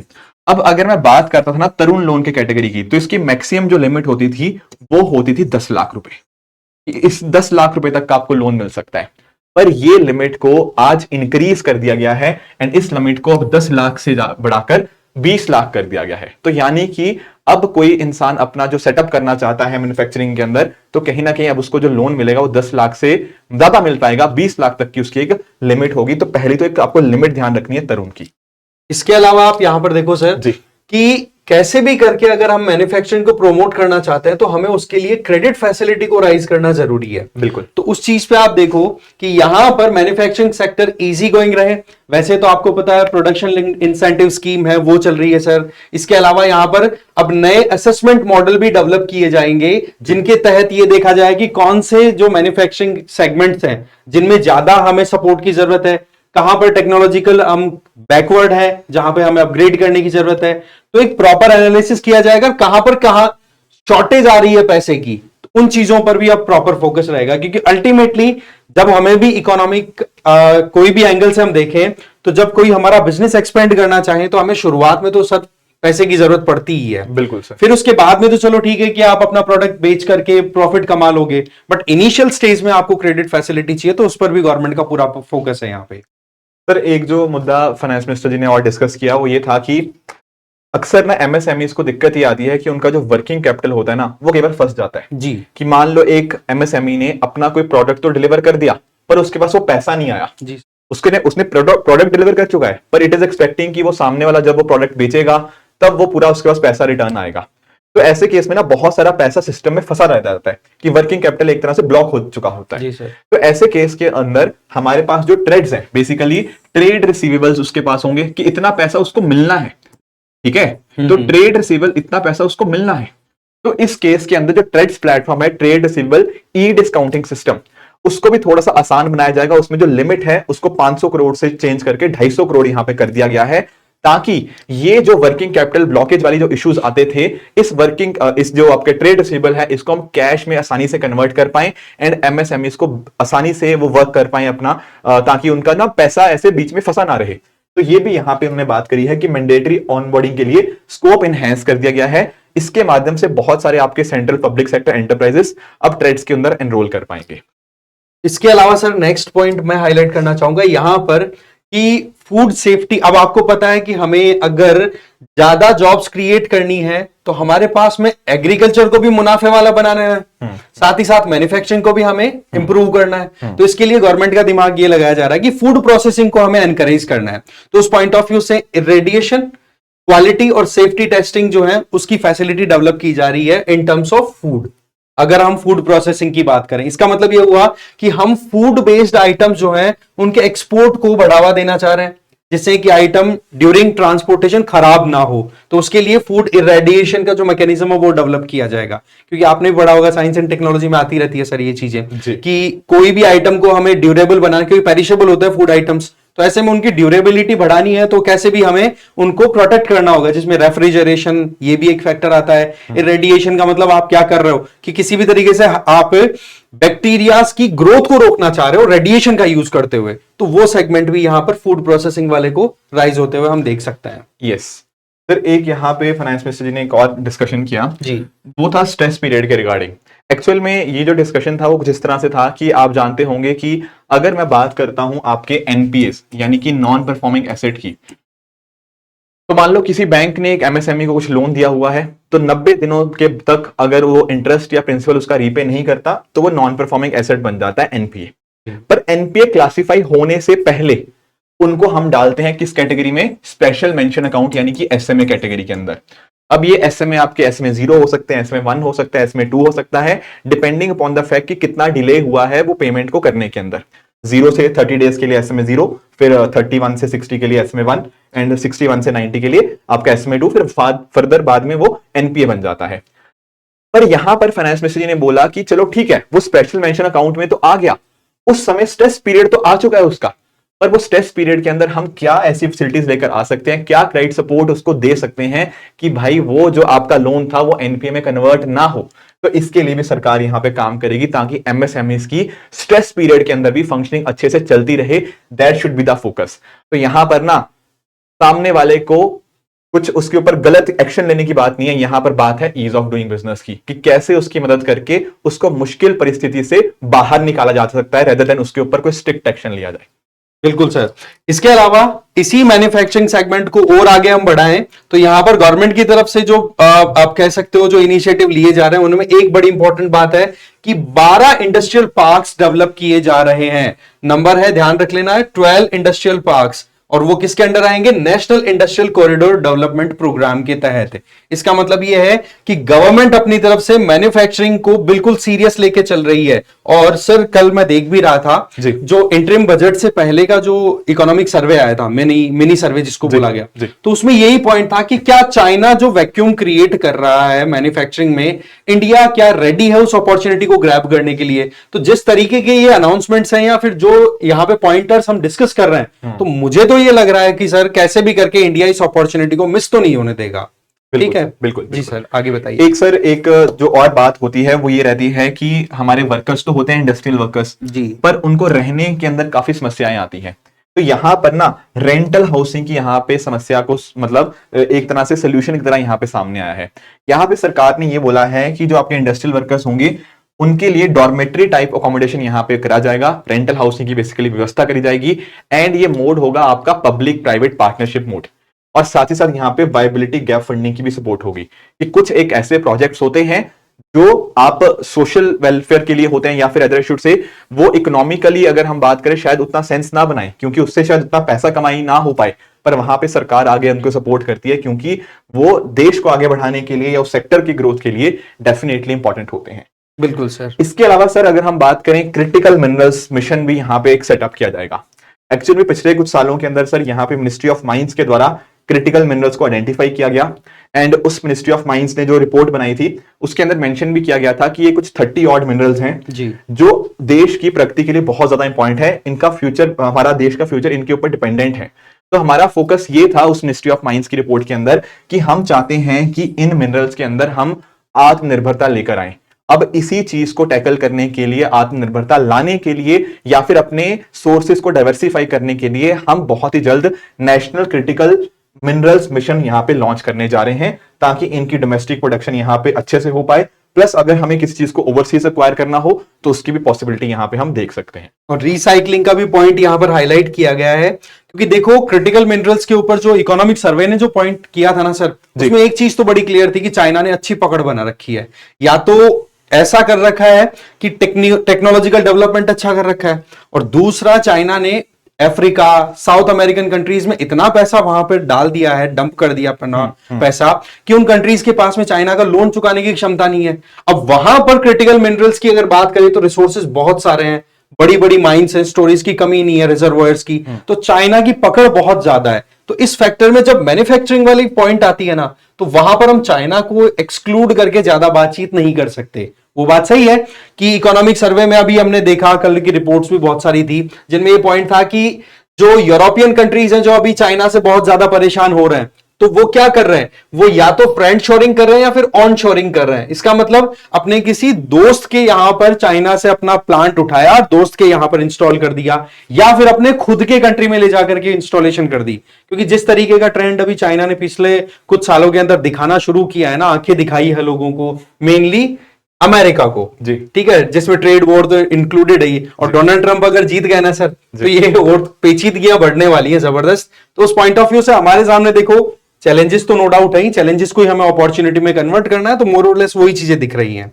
बिल्कुल जी सर। इसके अलावा सर एक इंडिया में जो समस्या, जैसे मैं आपको बात कर रहा था ईज ऑफ डूइंग बिजनेस की, जब हम बात करते हैं ना, जी, तो कहा जाता है कि इंडिया में कंपनी खोलना ठीक है, बहुत मतलब मुश्किल है थोड़ा सा, अभी भी उतना हम नहीं उसको कर पाए हैं, कुछ हद तक हमने करा भी है, पर कंपनी खोलने से भी ज्यादा मुश्किल है एक कंपनी को बंद करना। जी, ये बात बिल्कुल सही बोल रहे हैं। कंपनी को बंद करना अपने आप में बहुत मुश्किल है।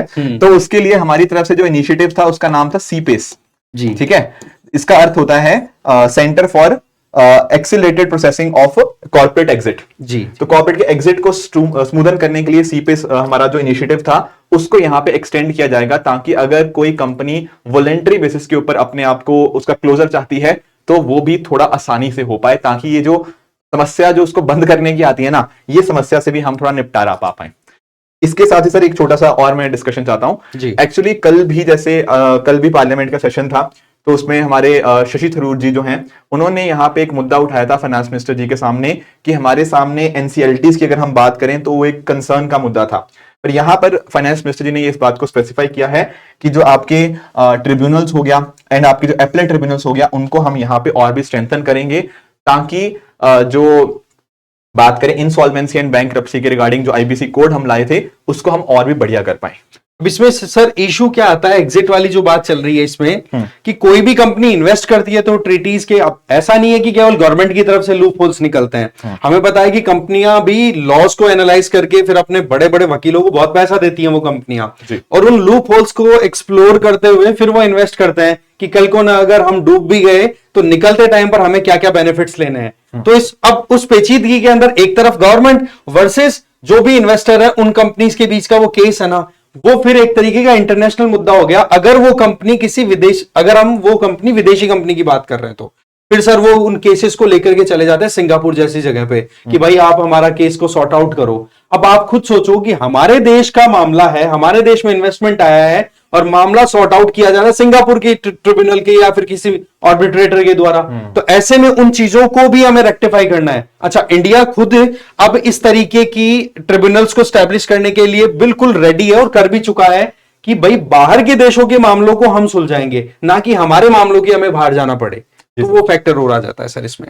इसके अलावा सर एक जो बहुत इंपॉर्टेंट यहाँ पे स्कीम बात करी गई है वो ये है कि 500 टॉप कंपनीज के अंदर देश के 1 करोड़ युवाओं को अगले 5 साल के अंदर यहां पर इंटर्नशिप अपॉर्चुनिटीज दी जाएंगी। ये अपने आप में बहुत बड़ी चीज है कि 1 करोड़ युवाओं को यहां पर इंटर्नशिप की यहां पे सहायता दी जा रही है, plus at the same time 5,000 रुपया पर मंथ यहाँ पे अलाउंस हमें यहाँ पे देखने को मिल जाएगा, along with one time assistance of ₹6,000। और ये उस कंपनी के जो कॉर्पोरेट सोशल रिस्पॉन्सिबिलिटी होती है उस फंड्स के माध्यम से ये दिया जाएगा। तो एक बहुत बड़ा जो बात हो रही थी ना कि युवाओं के लिए क्या किया जा रहा है, तो युवाओं के लिए डेफिनेटली काफी सारी चीजें इस बजट में हमें देखने को मिल रही हैं। जी सर, बिल्कुल। तो इंटर्नशिप अपॉर्चुनिटी ये एक इंपॉर्टेंट चीज बन जाती है। जी सर, आगे बात होती है हमारे प्रायोरिटी नंबर 5 जो बात होती है अर्बन डेवलपमेंट के बारे में। अब अर्बन डेवलपमेंट देखो, अर्बनाइजेशन एक फैक्ट है, इसको कोई डिक्लाइन नहीं कर, मना नहीं कर सकता इस चीज को, तो पर उस अर्बनाइजेशन को हम कैसे मैनेज करते हैं, क्या वो अर्बनाइजेशन प्लान मैनर के अंदर है, ये अपने आप में बहुत इंपॉर्टेंट बन जाता है। एंड यहां पर एक जो बात की गई है वो है आपके टीओडी की, यानी कि ट्रांजिट ओरिएंटेड डेवलपमेंट की। जो आपकी देखो बड़ी बड़ी सिटीज होती हैं वहां पर हम उसको कैसे मैनेज कर पाते हैं इस चीज को। कई बार ना जैसे जहां से मान लो जैसे मेट्रो मूवमेंट हो रही है, मेट्रो के आसपास ही आप काफी सारे रेजिडेंशियल एरियाज को भी और ऑफिस एरियाज को भी सेटअप कर सकते हो, तो वो आपके ट्रांजिशन ओरिएंटेड डेवलपमेंट हम उसको कह सकते हैं, जहां पर आप बहुत ज्यादा एरिया का इस्तेमाल नहीं करते पर उस पॉपुलेशन को ढंग से आप मैनेज करते हो। अभी रिसेंटली पेरिस का भी जो प्लान था 15 मिनट नेबरहुड का, वो भी हमने यहां पे देखा कि हमारी सरकार उसको भी बैंगलोर के अंदर इंप्लीमेंट करने की कोशिश कर रही है।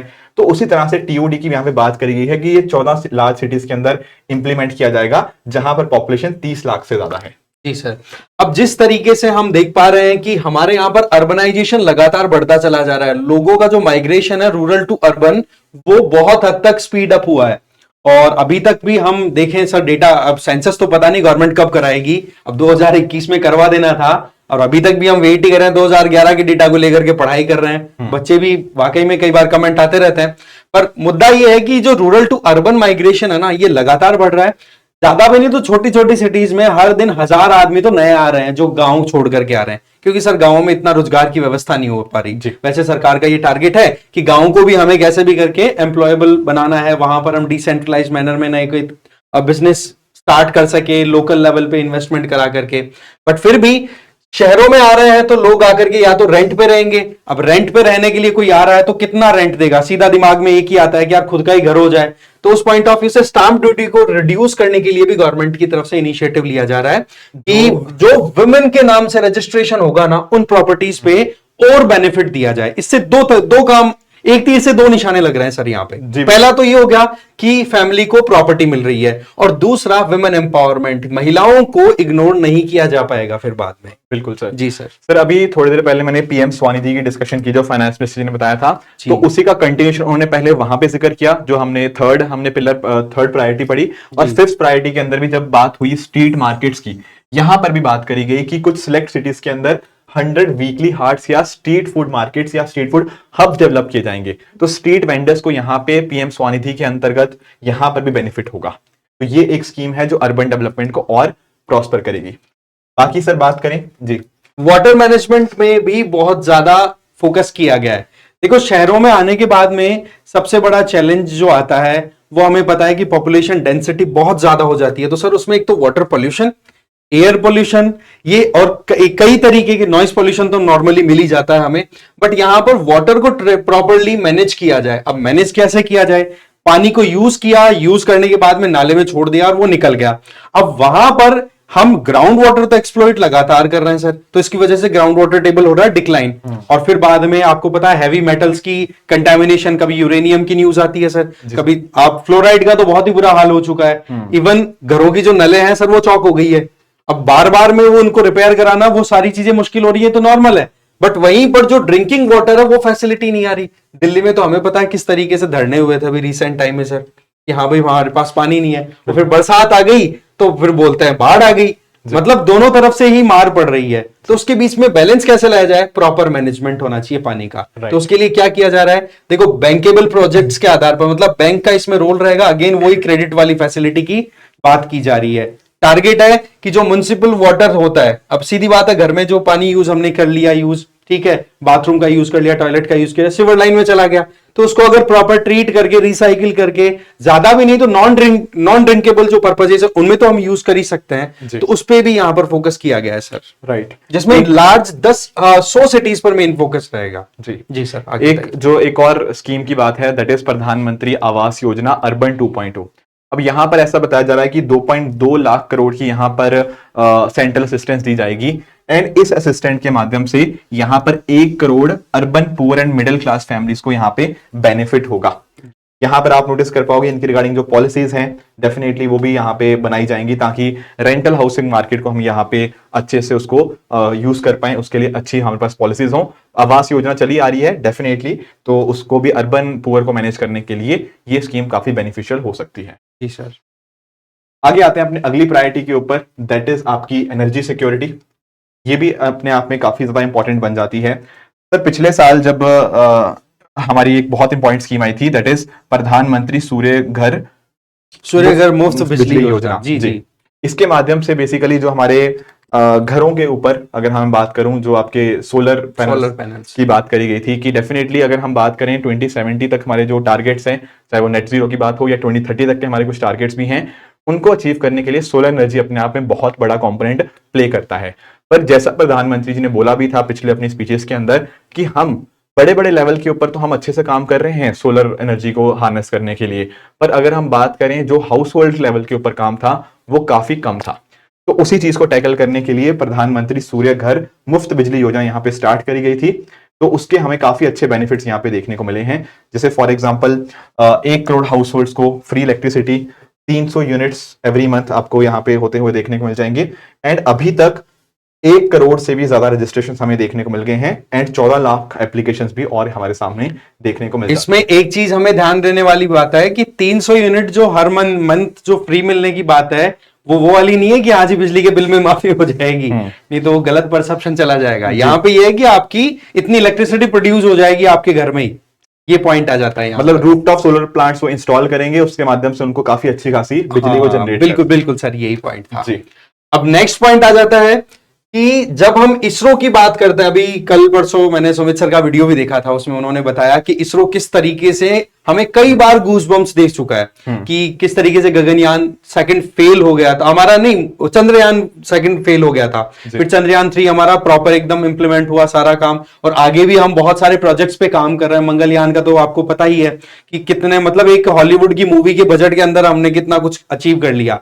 अब यहां पर वो जो पॉसिबिलिटी हो पा रही है, उसमें एक बड़ा इंपॉर्टेंट रोल हो रहा है प्राइवेट सेक्टर का।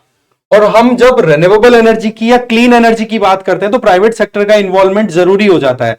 तो अब की बार एक कहते हैं ना कि ग्राउंड ब्रेकिंग इनिशिएटिव कंसिडर करूंगा मैं इसको, कि न्यूक्लियर एनर्जी फैसिलिटीज में स्मॉल स्केल के जो प्रोजेक्ट्स हैं उनमें प्राइवेट सेक्टर को अलाउ किया जा रहा है। तो ये चीज बड़ी इंटरेस्टिंग अब की बार अनाउंसमेंट्स में आई है। साथ ही साथ रिसर्च एंड डेवलपमेंट पे फोकस, देखो रिसर्च एंड डेवलपमेंट तो टेक्निकल एस्पेक्ट में बहुत ज्यादा जरूरी होती है। इसके अलावा इसमें आप देख सकते हो भारत स्मॉल मॉड्यूलर रिएक्टर के मॉडल के आधार पर यह काम किया जाएगा, जिसमें प्राइवेट सेक्टर का यहां पर इन्वेस्टमेंट या फिर इन्वॉल्वमेंट बहुत इंपॉर्टेंट हो जाता है।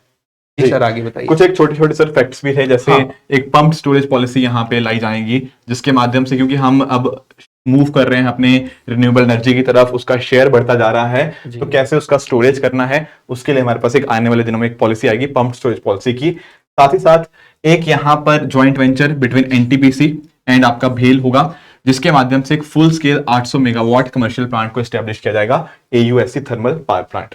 जी जी सर। तो ये कुछ फैक्ट्स थे जो कि हमें एनर्जी सिक्योरिटी के बारे में जानने चाहिए। This is priority number 6। Right. उसके आगे मैं बात करूं तो प्रायोरिटी नंबर 7 की बात करी गई है, वो है आपका इंफ्रास्ट्रक्चर। अब देखो पिछले कुछ सालों में डेफिनेटली सरकार का फोकस इंफ्रास्ट्रक्चर के ऊपर काफी ज्यादा रहा है, जो कि एक अच्छी बात भी है, क्योंकि यहाँ पर हमें इसके लॉन्ग टर्म बेनिफिट्स देखने को मिल सकते हैं। यहाँ पर देखो सर, एक जो बात करी गई है कि 11,11,111 करोड़ इतना यहाँ पे प्रोविजन किया गया है इंफ्रास्ट्रक्चर के लिए, जो कि हमारी जीडीपी का 3.4% है। तो काफी एक अच्छा बड़ा नंबर हमें यहाँ पे देखने को मिल रहा है।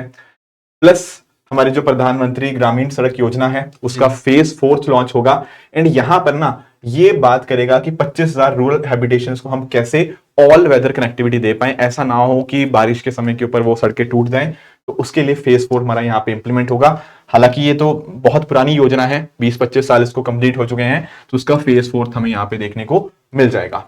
इसके साथ ही अगर मैं बात करूं स्टेट्स की, तो स्टेट्स को 1.5 लाख करोड़ दिया जाएगा, और ये जो लोन होगा ये लॉन्ग टर्म होगा, 50 साल के लिए नॉर्मली ये होता है। इंटरेस्ट फ्री लोन यहाँ पे दिया जाएगा ताकि वो इंफ्रास्ट्रक्चर डेवलप करें, जिसके माध्यम से वहां के लोगों को रोजगार भी मिले और प्रॉस्पेरिटी आए। मतलब इसके आगे अगर देखेंगे जी, तो सर यहां पर सीधा फोकस किया गया है फ्लड मैनेजमेंट पर। राइट। ये बहुत ही ज्यादा इंपॉर्टेंट हो जाता है जी।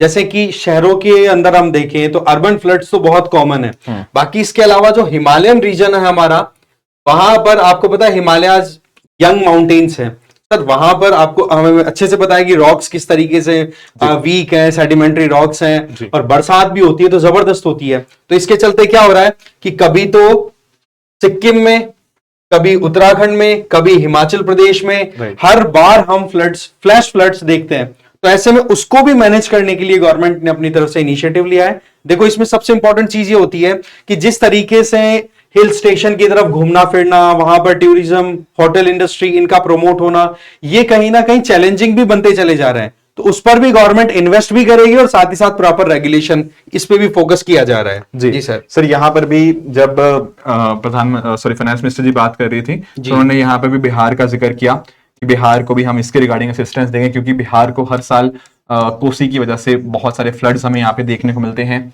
इवन नेपाल के साथ भी हम यहाँ पे कोशिश कर रहे हैं डिफरेंट प्लान्स की, कि कैसे जो भी एक डिफरेंट कंट्री के साथ जो रिश्ते हैं उसको हम कैसे बढ़िया करके पानी के सेक्टर को हम यहाँ पे सुधार पाए, ताकि वहां पे फ्लड्स ना आए। ये भी यहाँ पे डिस्कशन हुआ, हालांकि इस पे भी लोगों ने काफी कंट्रोवर्शियल इसको बताया, बट ठीक है। तो यहाँ पे कोशिश यही है कि एक तरह से हम फ्लड मिटिगेशन हम कैसे कर सकते हैं। जी सर, बिल्कुल। जी सर इसी को आगे और कंटिन्यू करें ना, तो यहाँ पर भी फिर से फाइनेंस मिनिस्टर जी ने बिहार का जब आया ना सर स्पीच के अंदर, वो सर सरकार के कॉम्पोजिशन का रहता है, पैसिफाई करके रखना है ना। तो यहाँ पे जब फाइनेंस मिनिस्टर ने बात करी नालंदा यूनिवर्सिटी की, तो यहाँ पर उन्होंने बात करी कि जैसे अभी हम बात कर रहे थे कि विरासत भी और विकसित भी, तो यही बात था कि नालंदा यूनिवर्सिटी का जो इतना बड़ा हमारा जो ग्लोरियस स्ट्रक्चर था उसको हम वापस से रिक्रिएट करेंगे, तो टूरिज्म वहां पे डेवलपमेंट होगा। इसके साथ ही जो विष्णुपद टेम्पल कॉरिडोर है उसको डेवलप किया जाएगा, महाबोधि टेम्पल कॉरिडोर है इसको यहाँ पे हम डेवलप करने की बात कर रहे हैं। ये आपका बोध गया के अंदर हो गया, एंड ये विष्णुपद टेम्पल आपका गया के अंदर हमें देखने को मिल जाएगा। ठीक है, जैसा कि हमारा काशी विश्वनाथ टेम्पल कॉरिडोर है उसी की तर्ज के ऊपर इन दोनों को भी यहाँ पे डेवलप किया जाएगा। बाकी देखो राजगीर हमारे हिंदूज के लिए भी, बुद्धिस्ट के लिए भी, जैनिज्म के लिए भी बहुत ज्यादा इंपॉर्टेंट है, तो उसको भी डेवलप करने की यहाँ पे बात है। इसको तो यूपीएससी एस्पिरेंट कैसे भूल सकते हैं। जी। बुद्धिज्म जैनिज्म के अंदर बार बार रिपीटेडली नाम आता रहता है। बिल्कुल। उसी तरह से बात करें उड़ीसा की, तो उड़ीसा का भी आप जानते ही होंगे कि बहुत हमें टेम्पल्स देखने को मिलते हैं। अभी जगन्नाथ रथ यात्रा जो हमें देखने को मिली है, तो उसको भी हम कैसे प्रमोट कर सकते हैं, उसके बीचेस को प्रमोट किया जाएगा, तो ये उड़ीसा को भी यहाँ पे असिस्टेंस दी जाएगी। इसके अलावा इनोवेशन, रिसर्च एंड डेवलपमेंट, इसके ऊपर भी गवर्नमेंट की तरफ से एक स्पेशल फोकस दिया गया है, जिसमें जो अनुसंधान नेशनल रिसर्च फंड है उसको हम यूटिलाइज करेंगे प्रॉपर मैनर में। भाई सीधी बात है, कहीं पर भी हमें कोई चीज को प्रमोट करना है, किसी भी मॉडल को हमें ज्यादा से ज्यादा एक्सपेंड करना है, तो उसके लिए हमें एक तो पायलट प्रोजेक्ट के तौर पे हमें काम करना होता है। तो गवर्नमेंट का आपकी बार फोकस क्या है कि हम प्रोटोटाइप एक तरीके से डेवलप करें जिससे कि वो एक मॉडल के तौर पे दिखे, और वो ही मॉडल फिर बाद में जहां जहां पर भी एप्लीकेबल हो वो कॉपी कर लिया जाए एज पर द रिक्वायरमेंट। तो वो चीजें हैं, इसमें प्राइवेट सेक्टर का इन्वॉल्वमेंट तो बिल्कुल भी इग्नोर नहीं किया जा सकता। एक चीज तो क्लियर हो गई सर, ये तो हमें 1991 में जब एलपीजी पॉलिसी इंप्लीमेंट हुई तब से लेकर अभी तक हम देख पा रहे हैं कि जिस स्पीड से इंडिया ने ग्रोथ की है, वो बात सही है कि इसके कई कॉन्सिक्वेंसेस हम देख पा रहे हैं, बट पॉइंट इज कि प्राइवेट सेक्टर को प्रमोशन मिला है तो फिर एक इंडिविजुअल अपने लेवल पे इनिशिएटिव लेना स्टार्ट कर देता है, और फिर वो चीजें जब कैपिटलाइज होती हैं तो देश फिर अपने आप ही आगे बढ़ता है। जी सर, बिल्कुल।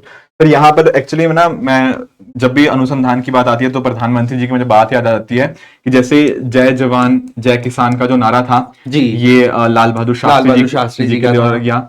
उसके बाद अटल बिहारी वाजपेयी जी ने इसके अंदर ऐड कर दिया, जैव विज्ञान को ऐड कर दिया।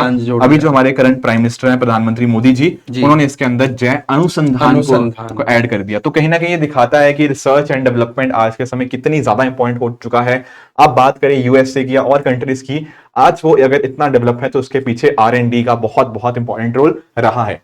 तो इंडिया भी इस बस को मिस नहीं करना चाहता, तो R&D के ऊपर फोकस हम आने वाले समय में और बढ़ाएंगे। जी सर, और स्पेस इकोनॉमी की बात भी करें तो 1000 करोड़ रुपए का अलोकेशन की बात हुई है, इसका मतलब अब बड़े बड़े प्रोजेक्ट्स और आने वाले हैं अभी हमारे स्पेस की तरफ देखें तो।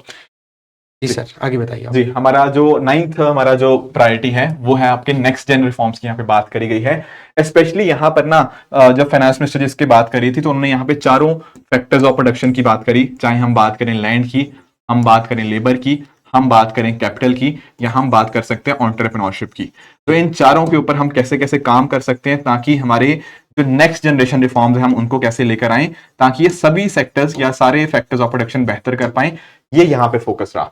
पहला आप जानते हो कि देखो लैंड के रिगार्डिंग बहुत सारी हमारी पॉलिसीज चल भी रही हैं। लैंड रिकॉर्ड्स को डिजिटाइजेशन हम निरंतरता से कर रहे हैं, टेक्नोलॉजी का भी इस्तेमाल किया जा रहा है, इवन ड्रोन्स का यहाँ पे इस्तेमाल किया जा रहा है। उसके साथ ही साथ यहाँ पर ना एक बात करी गई है कि जैसे हम सबका आधार कार्ड होता है उसी तरह से लैंड के लिए होगा भू आधार, यानी कि unique land parcel identification number, UL PIN के नाम से भी आप इसको जान सकते हो। तो मैप्स वगैरह बनेंगे प्रॉपर, यहाँ पे फार्मर की रजिस्ट्री के साथ उसका लिंकेज होगा ताकि कोई जमीन आपकी है या आपकी नहीं है इसके लिए आपके पास प्रॉपर कागज हो, क्योंकि बहुत लंबा समय कई बार इसी चीज में निकल जाता है कि कोई कोर्ट केस कर देता है कि ये जमीन मेरी है, ये जमीन उसकी है, एंड उस चक्कर में कई बार हम उस जगह के पूरे डेवलपमेंट को ही मिस कर देते हैं। एंड ये जो केसेस होते हैं ना कि ये 20 साल 30 साल भी चलते रहते हैं, जिस वजह से ये लैंड के रिगार्डिंग जो इश्यूज हैं वो कहीं ना कहीं बहुत हैवीली इकोनॉमी को इंपैक्ट करते हैं।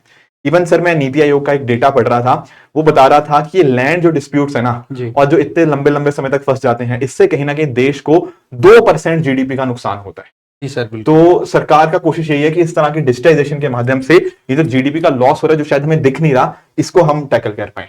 फिर इसके बाद में क्लाइमेट फाइनेंसिंग पे भी फोकस किया गया है। अब देखो अगेन क्लाइमेट चेंज को तो हम कहीं पर भी इग्नोर नहीं कर सकते, चाहे आपकी फूड हैबिट्स में भी आप देखोगे तो हमारी थाली तक भी इंपैक्ट आएगा क्लाइमेट चेंज का।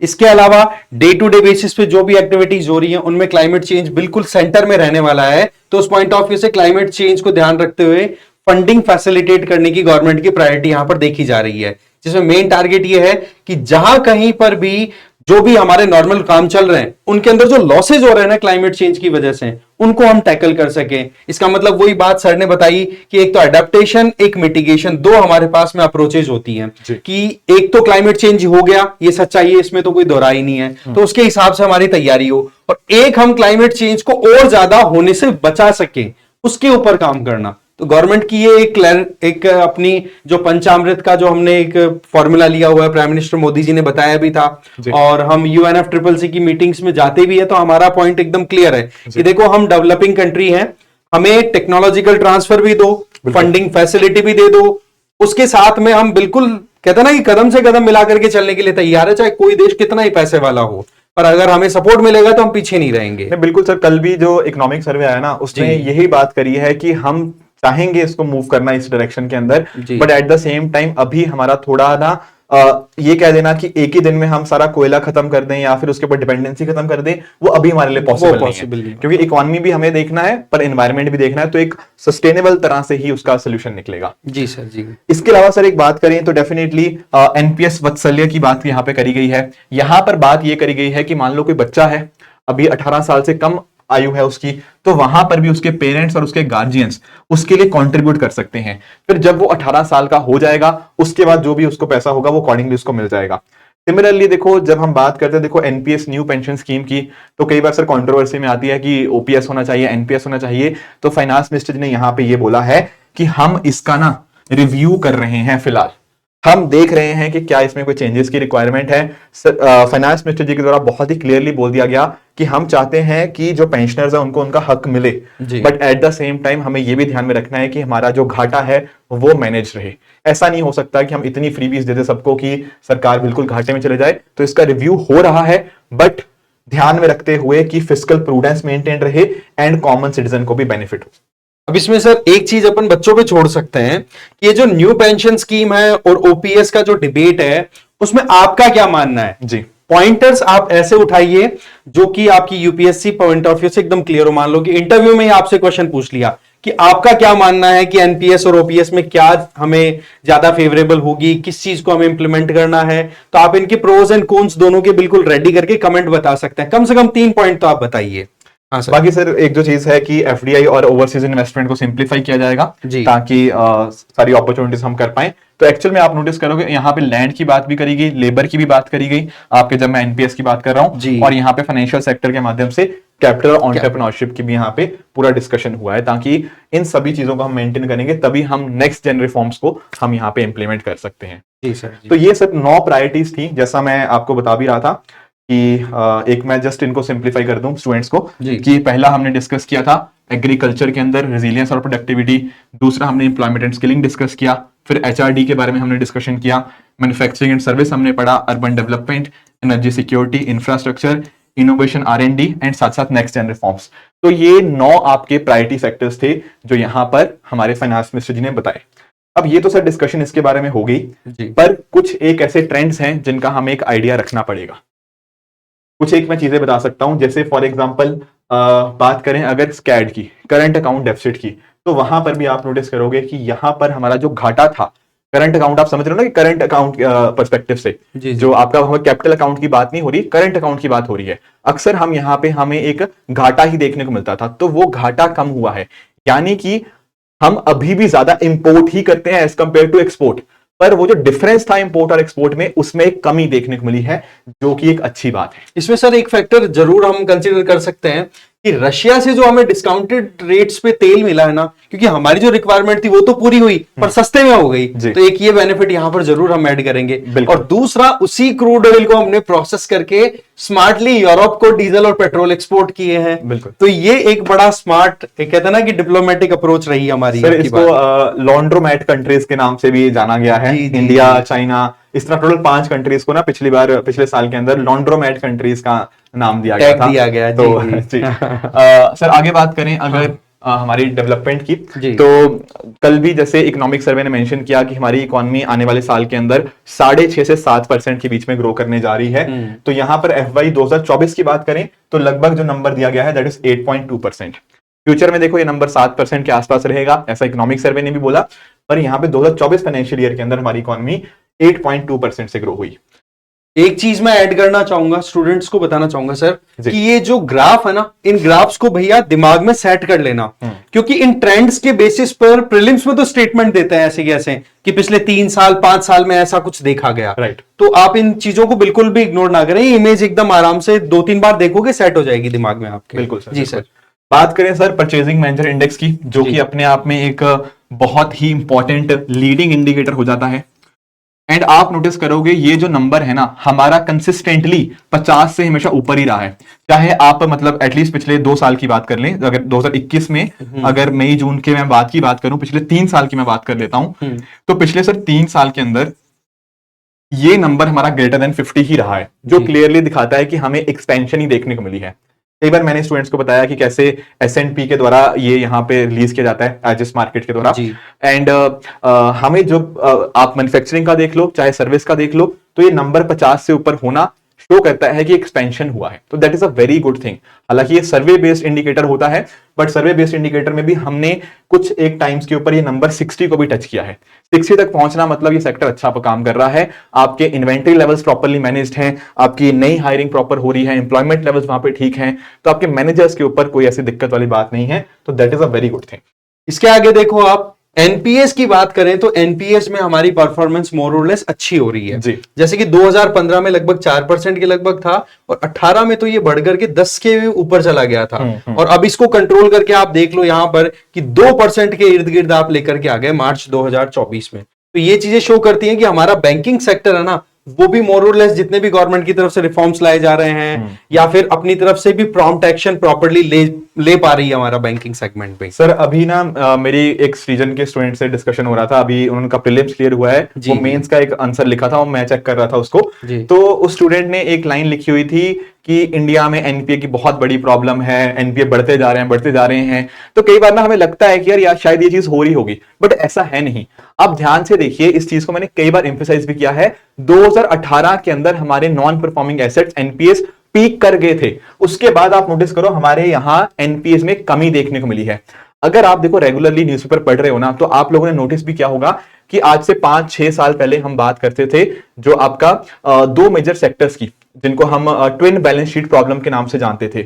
अभी पिछले 2-3 महीने पहले कई आर्टिकल्स आए जिन्होंने ये बात करी कि इंडिया में जो ट्विन बैलेंस शीट प्रॉब्लम है अब वो खत्म हो गई है। उसमें बात करी गई थी सर ओवर लेवरेज कॉर्पोरेट्स की, एंड दूसरी बात करी गई थी हमारे बैंकिंग सेक्टर की। जी सर। तो उनकी दोनों जो सेक्टर्स है ना, उनकी समस्याएं अब काफी हद तक कम हो चुकी हैं। खत्म तो नहीं बोलना चाहिए, काफी हद तक कम हो चुकी हैं। तो ग्रॉस नॉन परफॉर्मिंग एसेट्स का नंबर हमारे शेड्यूल्ड कमर्शियल बैंक्स का लगभग आप 2% के आसपास यहाँ पे नोटिस कर पाओगे। तो विच इज अ गुड थिंग कि यहाँ पे हमें एक कमी देखने को मिली है। जी सर।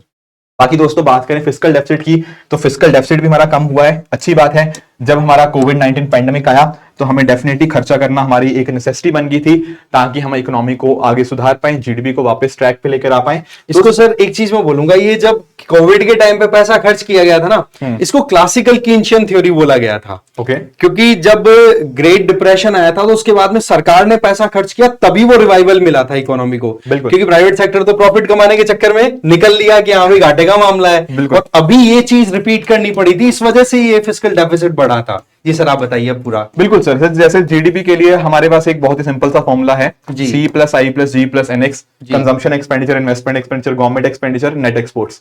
जब हम बात करते हैं सर कोविड-19 पैंडेमिक की, तो ना हमारे पास कंजम्पशन एक्सपेंडिचर का तो सवाल ही पैदा नहीं होता, लोगों के पास पैसा ही नहीं था, इन्वेस्टमेंट हुआ ही नहीं, एक्सपोर्ट इंपोर्ट भी अपने आप में बंद था। तो अगर जीडीपी हमें ऊपर करनी थी तो केवल गवर्नमेंट स्पेंडिंग बच गई और कुछ ही नहीं था। एंड वो इंपॉर्टेंट था। वहां पे देखो ऑपोजिशन ने भी काफी हद तक सपोर्ट किया सरकार को भी कि नहीं यार ये करना जरूरी है, अदरवाइज फिर तो जीडीपी अगर साइड में हो जाती तो बात ही खत्म हो जाती। जी बिल्कुल। इवन सर मैं छोटा सा मेंशन करना चाहूंगा, इकोनॉमिक सर्वे जो 2021 का आया था, जी 2021 का जो इकोनॉमिक सर्वे था, उसमें आई थिंक 3rd चैप्टर था, जहां पर बात ये करी गई थी ना कि अगर हमारे यहाँ पे कंट्री में ग्रोथ होती है तो ग्रोथ की वजह से हम डेट सस्टेनेबल बना सकते हैं। पर अगर आप डेट को सस्टेनेबल रखोगे कि डेट नहीं बढ़ना चाहिए हमारा, उससे ग्रोथ हो जाएगी, ये बात वो फिर आप एक कंजर्वेटिव अप्रोच में चले गए फिर आप। जी सर, तो ये बहुत अच्छी बात इकोनॉमिक सर्वे ने वहां पे प्रूव करी थी। आप चाहो तो वो चैप्टर पढ़ना, भी बहुत इंटरेस्टिंग चैप्टर था। बाकी सर यहाँ पे बात करी गई है इन्फ्लेशन की, एंड इवन अगर मैं बात करूं ना आज की फाइनेंस मिनिस्टर की स्पीच की, तो उन्होंने अपनी बात का जो डिस्कशन स्टार्ट किया वो इसी बात से किया। उन्होंने यहाँ पे बात करी कि किस तरह से दुनिया भर में ग्लोबल अनसर्टिनिटीज हमें देखने को मिलती हैं, but despite all of those global uncertainty, India ने इंश्योर किया है कि हमारा इन्फ्लेशन कंट्रोल में रहे। अभी जो नंबर है हमारा 5.4% के आसपास है, पर ऐसा बताया गया है कि आने वाले टाइम के अंदर ये कम होते होते 4.5% के आसपास आएगा। एंड जो हमारा टारगेट है कि 4% रखना है इसको, हालांकि 4 ± 2 की विंडो है हमारे पास, पर कोशिश इसको 4% की रखने की होती है, तो वहां तक भी हम जल्द ही पहुंचेंगे, ऐसा फाइनेंस मिनिस्टर जी का कहना था। जी सर। इसके अलावा सर, हाँ जी, टैक्सेस की कुछ बात कर लेते हैं जल्दी से। हालांकि ये उतना सर इंपॉर्टेंट नहीं है, हर चीज को याद रखना, क्योंकि यहां पर फाइनेंस मिनिस्टर जी की तरफ बताया गया कि अगर मैं बात करूं ना आपके कस्टम ड्यूटी की, तो कस्टम ड्यूटी में काफी जगह बदलाव किए गए हैं। ये सिर्फ कुछ एक बदलाव हैं यहाँ पर जो मेंशन्ड है, आप इनेक्शन में पढ़ोगे तो शायद बहुत सारी चीजें उसमें मेंशन्ड हैं, बट कुछ एक चीजें जो पता होनी चाहिए सर, अगर आप बता पाए। इसमें देखो कस्टम ड्यूटी जो है उसमें कुछ चेंजेस देखे गए हैं, ठीक है। इसमें आप देख सकते हो कि कैंसर मेडिसिन है, अब आपको पता है नॉन कम्युनिकेबल, कल का जो इकोनॉमिक सर्वे था उसमें सीधा पॉइंट था लगभग 54% हमारे यहां पर जो डिजीज बर्डन है वो नॉन कम्युनिकेबल डिजीजेस के चलते आ रहा है, जिसमें ज्यादा जो हाईलाइट हो रही है एक तो कैंसर हो रहा है, इसके अलावा hypertension, cardiovascular disease, heart attack वाली बात मैं कर रहा हूं, इनका राइज जो देखा गया है, इनका जो राइज देखा गया है, इसको टैकल करना हमारे लिए प्राइम होना जरूरी है। आज के टाइम पर 50 से कम उम्र के लोगों की डेथ लगातार राइज हो रही है, ये ट्रेंड है, ये हमारे लिए हेल्दी बिल्कुल भी नहीं है। तो उस पॉइंट ऑफ व्यू से ये कैंसर मेडिसिन के लिए कस्टम ड्यूटी रिड्यूस करना ये बहुत ज्यादा जरूरी है।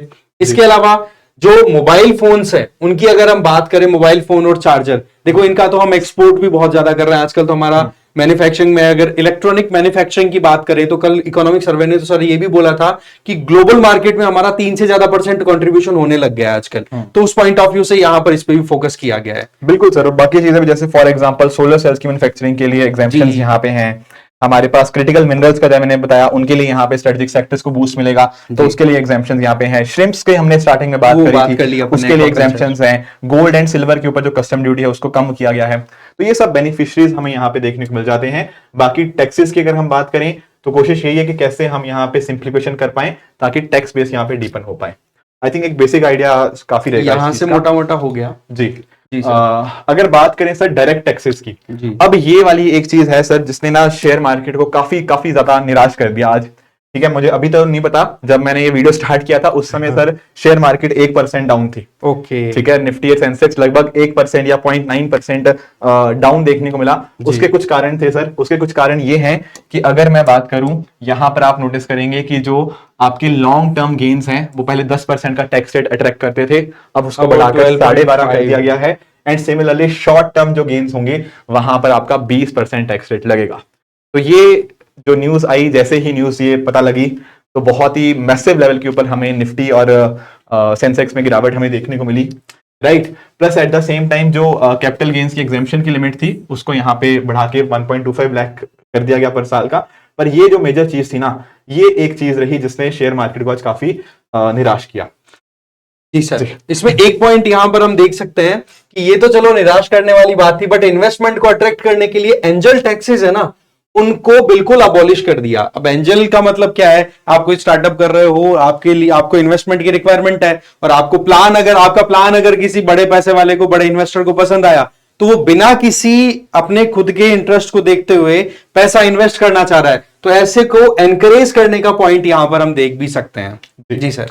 उसके अलावा सर बात करें फॉरेन कंपनीज के ऊपर कॉर्पोरेट टैक्स रेट वो कम कर दिया गया है, 40% की जगह 35% कर दिया गया है। जी। इसके अलावा अगर मैं बात करूं तो सेफ हार्बर रेट जो है उसको प्रोवाइड किया जाएगा फॉरेन माइनिंग कंपनीज जो रॉ डायमंड सेल करती हैं, एंड इस तरह बाकी और चीजें भी हैं। और जो एक चीज जिसकी सबको सर वेट रहती है कि टैक्स के अंदर क्या बदलाव आएगा, तो जो नई टैक्स रिजीम है उसको थोड़ा फाइनेंस मिनिस्ट्री ने और सिंप्लीफाई किया है। यहां पर आप नोटिस कर पाओगे, ये आपको रेट्स आपके सामने देखने को मिल जाएंगे अलग अलग स्लैब्स के रिगार्डिंग। तो यहां पर उनकी जो बात थी ना कि ये जो हमने नई इंट्रोड्यूस की है, नए टैक्स रिजीम में जो सिंप्लीफिकेशन की है, इसके माध्यम से टोटल 17,500 तक की सेविंग, मैक्सिमम सेविंग इतनी इसकी हो सकती है। ये नहीं कि सबकी सेविंग होगी, मैक्सिमम सेविंग इतनी हो सकती है। ये अलग अलग स्लैब्स के रिगार्डिंग 3 to 7 का 5%, 7 से 10 में 10%, 10 से 12 में 15%, 12 से 15 में 20% एंड 15 से ज्यादा में 30%। तो ये हमें नंबर्स देखने को मिल जाएंगे। जी सर जी। बाकी सर फैक्चुअल चीजें हैं कुछ कुछ कि स्टैंडर्ड डिडक्शन सैलरीड एम्प्लॉइज के लिए 50,000 से बढ़ा के 75,000 कर दिया गया है। फैमिली पेंशन के ऊपर डिडक्शन पेंशनर्स के लिए वो 15,000 से बढ़ाकर 25,000 कर दिया गया है। तो ये कुछ फैक्चुअल चीजें हैं जो हमें थोड़ा सा, ये तो देखो हाउस होल्ड लाइफ में काम आने वाली चीजें हैं, पर हाँ हमें पता होना जरूरी है इसका। यूपीएससी नहीं पूछता, बट जी एक आइडिया जरूर होना चाहिए। बिल्कुल सर। हाँ जी सर, यहाँ पर ये एक स्लाइड है जो बिल्कुल बच्चों को पता ही होनी चाहिए जी। कि हमारा अगर बजट में 1 रुपया आता है या सरकार उस 1 रुपए को कहां कहां पे खर्च करती है, क्योंकि ऐसे क्वेश्चन ना अक्सर ये पूछा जा सकता है कि मैक्सिमम पोर्शन कौन है या मिनिमम पोर्शन कहां पे है। जी सर। तो एक आइडिया जरूर होना चाहिए। बिल्कुल सर। दोस्तों यहां पर अगर आप नोटिस करोगे ना कि मान लो सरकार के पास 1 रुपया आया, तो पता है सरकार के पास 1 रुपये में मैक्सिमम हिस्सा किस चीज का है? वो हिस्सा है उधारी का, बोरोइंग का। 27% जो होगा, मतलब 1 रुपए का मतलब 27 पैसे जो होंगे वो कहीं ना कहीं उधारी से आ रहे हैं हमारे पास।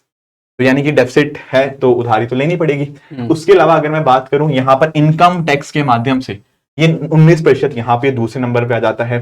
तीसरे नंबर की अगर मैं बात करूं यहाँ पर आपको जीएसटी डेफिनेटली बहुत इंपॉर्टेंट बन जाता है, काफी जीएसटी में सुधार भी आए हैं। उसके अलावा बात करें हम कॉर्पोरेशन टैक्स की तो ये हमें 17% देखने को मिल जाएगा। तो ये मेजर 4 पोर्शन है। इसी से आप नोटिस करोगे 46 और 64 और 81, 80% से भी ज्यादा कॉन्ट्रीब्यूशन तो यहीं पे आपको बोरोइंग्स, इनकम टैक्स, आपका जीएसटी और कॉर्पोरेशन टैक्स 81% इन चारों को मिलाकर ही हमें देखने को मिल जाएगा। तो ये चारों का ऑर्डर आपको जरूर पता होना चाहिए कि इस तरह से ये चीज है। बिल्कुल सर। इसमें अपने को ये एकदम प्रॉपर देखना है असेंडिंग और डिसेंडिंग ऑर्डर में, बस वहां पे बस ये रखना है कि हाँ जी इनकम टैक्स से नंबर 1, बोरोइंग तो नंबर 1 है ही, बट वैसे अगर देखा जाए टैक्सेशन में या गवर्नमेंट की जो रिसीट्स है उनकी बात करें तो उनमें इनकम टैक्स नंबर 1 पे, इनडायरेक्ट टैक्सेस आपके नंबर 2 पे है और कॉर्पोरेट टैक्स जो आपका नंबर 3 पे आ रहा है। ठीक है, ये अपने को देख लेना है ध्यान से। And on the other hand अगर हम ये बात करें कि जो हमारा 1 रुपया हम खर्चा करते हैं वो खर्चा कहां पे होता है? खर्चे में सर सबसे ज्यादा आ रहा है इंटरेस्ट, ये इधर जा रहा है हमारा, ये थोड़ा सा हाइड हो रखा है। जी जी सर। इसकी अगर सर मैं बात करूं यहाँ पे जो 21% हमें देखने को मिलेगा, ये है state share of taxes and duties. 21% ये जा रहा है state share of taxes and duties. यहां पर आपका मैक्सिमम आपका 1 रुपया खर्च होता है। उसके अलावा देखो इतनी सारी बोरिंग करी है तो इसका इंटरेस्ट भी जुटाना पड़ेगा। ये देखो आपको पिछले साल से आपको कंपैरिजन देखना पड़ेगा, क्योंकि पिछले सालों में जहां तक मुझे याद है इंटरेस्ट पेमेंट मैक्सिमम पोर्शन होता था, पर इस बार यहाँ पे इंटरेस्ट पेमेंट हमारे पास दूसरे नंबर पे after the state share of taxes and duties. Sir बिल्कुल बिल्कुल। इसके अलावा सर आप नोटिस करोगे जो आपकी सेंट्रल सेक्टर स्कीम्स है वो तीसरे नंबर पे आपका उसका वेटेज देखने को मिल जाएगा। एंड फिर उसके बाद आपके जैसे finance commission and other transfers हो गया, वहां पर आपके बाकी खर्चे हो गया। तो इस तरह से टॉप पे आपका है state share of taxes and duties, फिर आपका इंटरेस्ट पेमेंट आ गया, उसके बाद आगे आपका सेंट्रल सेक्टर स्कीम्स एंड चौथे नंबर पे finance commission and other transfer. तो एटलीस्ट टॉप के 4 जरूर पता होने चाहिए, क्योंकि मैसिव खर्चा या मैक्सिमम जो पैसा है इन्हीं चारों से हमें देखने को मिलता है। ठीक है सर, इसमें 2 पॉइंट्स अपन एक और हाईलाइट कर सकते हैं। जी सर। एक तो सब्सिडीज वाला पॉइंट आप हाईलाइट कर सकते हो 6% पे जितना खर्चा हो रहा है गवर्नमेंट की तरफ से सब्सिडी, और डिफेंस में जा रहा है 8%, क्योंकि डिफेंस भी अपने आप में बहुत इंपॉर्टेंट है। हम डिफेंस को एक्सप्लोर भी कर रहे हैं, इंपोर्ट्स भी हमारे बहुत सारे होते हैं, तो ये पॉइंटर्स और ज्यादा इंपॉर्टेंट है। जी सर। कुछ एक और छोटे छोटे जो एक्सपेंडिचर मेजर आइटम्स थे तो आप नोटिस करोगे डिफेंस के ऊपर हमें 4.5 लाख करोड़ का लगभग खर्चा देखने को मिला है। जी। रूरल डेवलपमेंट एक मेजर फोकस रहा है, फिर एग्रीकल्चर हो गया, होम अफेयर्स हो गया, एजुकेशन। तो इस तरह से ये पूरा हमें देखने को मिल जाएगा, ये जो पूरा ट्रेंड है। ठीक है सर। इसके अलावा अगर हम बात करें, देखो कुछ एक इंपॉर्टेंट स्कीम्स के लिए एलोकेशन जो इंक्रीज हुआ है, स्पेशली एमजी नरेगा की बात करें, कल ही देखो इकोनॉमिक सर्वे में भी ये जिक्र हुआ था, एमजी नरेगा काफी डिस्कशन हुआ था। पर एमजी नरेगा में ना जो पिछले साल हमारा बजट था एस्टिमेट वो 60,000 का था, पर 24-25 के लिए उसको 86,000 करोड़ यहाँ पे किया गया है। तो एक लगभग 40 से 44% के लगभग यहाँ पे इंक्रीज देखने को मिल जाएगा। बाकी जैसे बात हो ही रही थी अनुसंधान की, तो रिसर्च एंड डेवलपमेंट प्रोजेक्ट्स में भी हमें यहाँ पे इंक्रीज होता हुआ देखने को मिला है। सर ने बात बताई न्यूक्लियर पावर प्रोजेक्ट्स की, तो खर्चा तो डेफिनेटली वहां पर भी करना पड़ेगा। ये आप नोटिस कर रहे हो, पिछले साल 440 करोड़ था, ये इस बार 2200 करोड़ पहुंच गया। सेमीकंडक्टर्स हमने बात करी, हमने क्रिटिकल मिनरल्स की यहाँ पे बात करी, तो यहाँ पर भी खर्चा लगभग डबल करने की बात है। डीबीटी की बात करें एलपीजी की, तो पिछले साल 180 करोड़ खर्चा था, वो लगभग 8-9 गुना कर दिया गया है। इस बार वो 1500 करोड़ यहाँ पे हमें देखने को मिल जाएगा। सोलर पावर के लिए, फार्मास्यूटिकल्स के लिए एंड आपके R&D प्रोजेक्ट्स के लिए और इंक्रीज भी मिल जाएगा।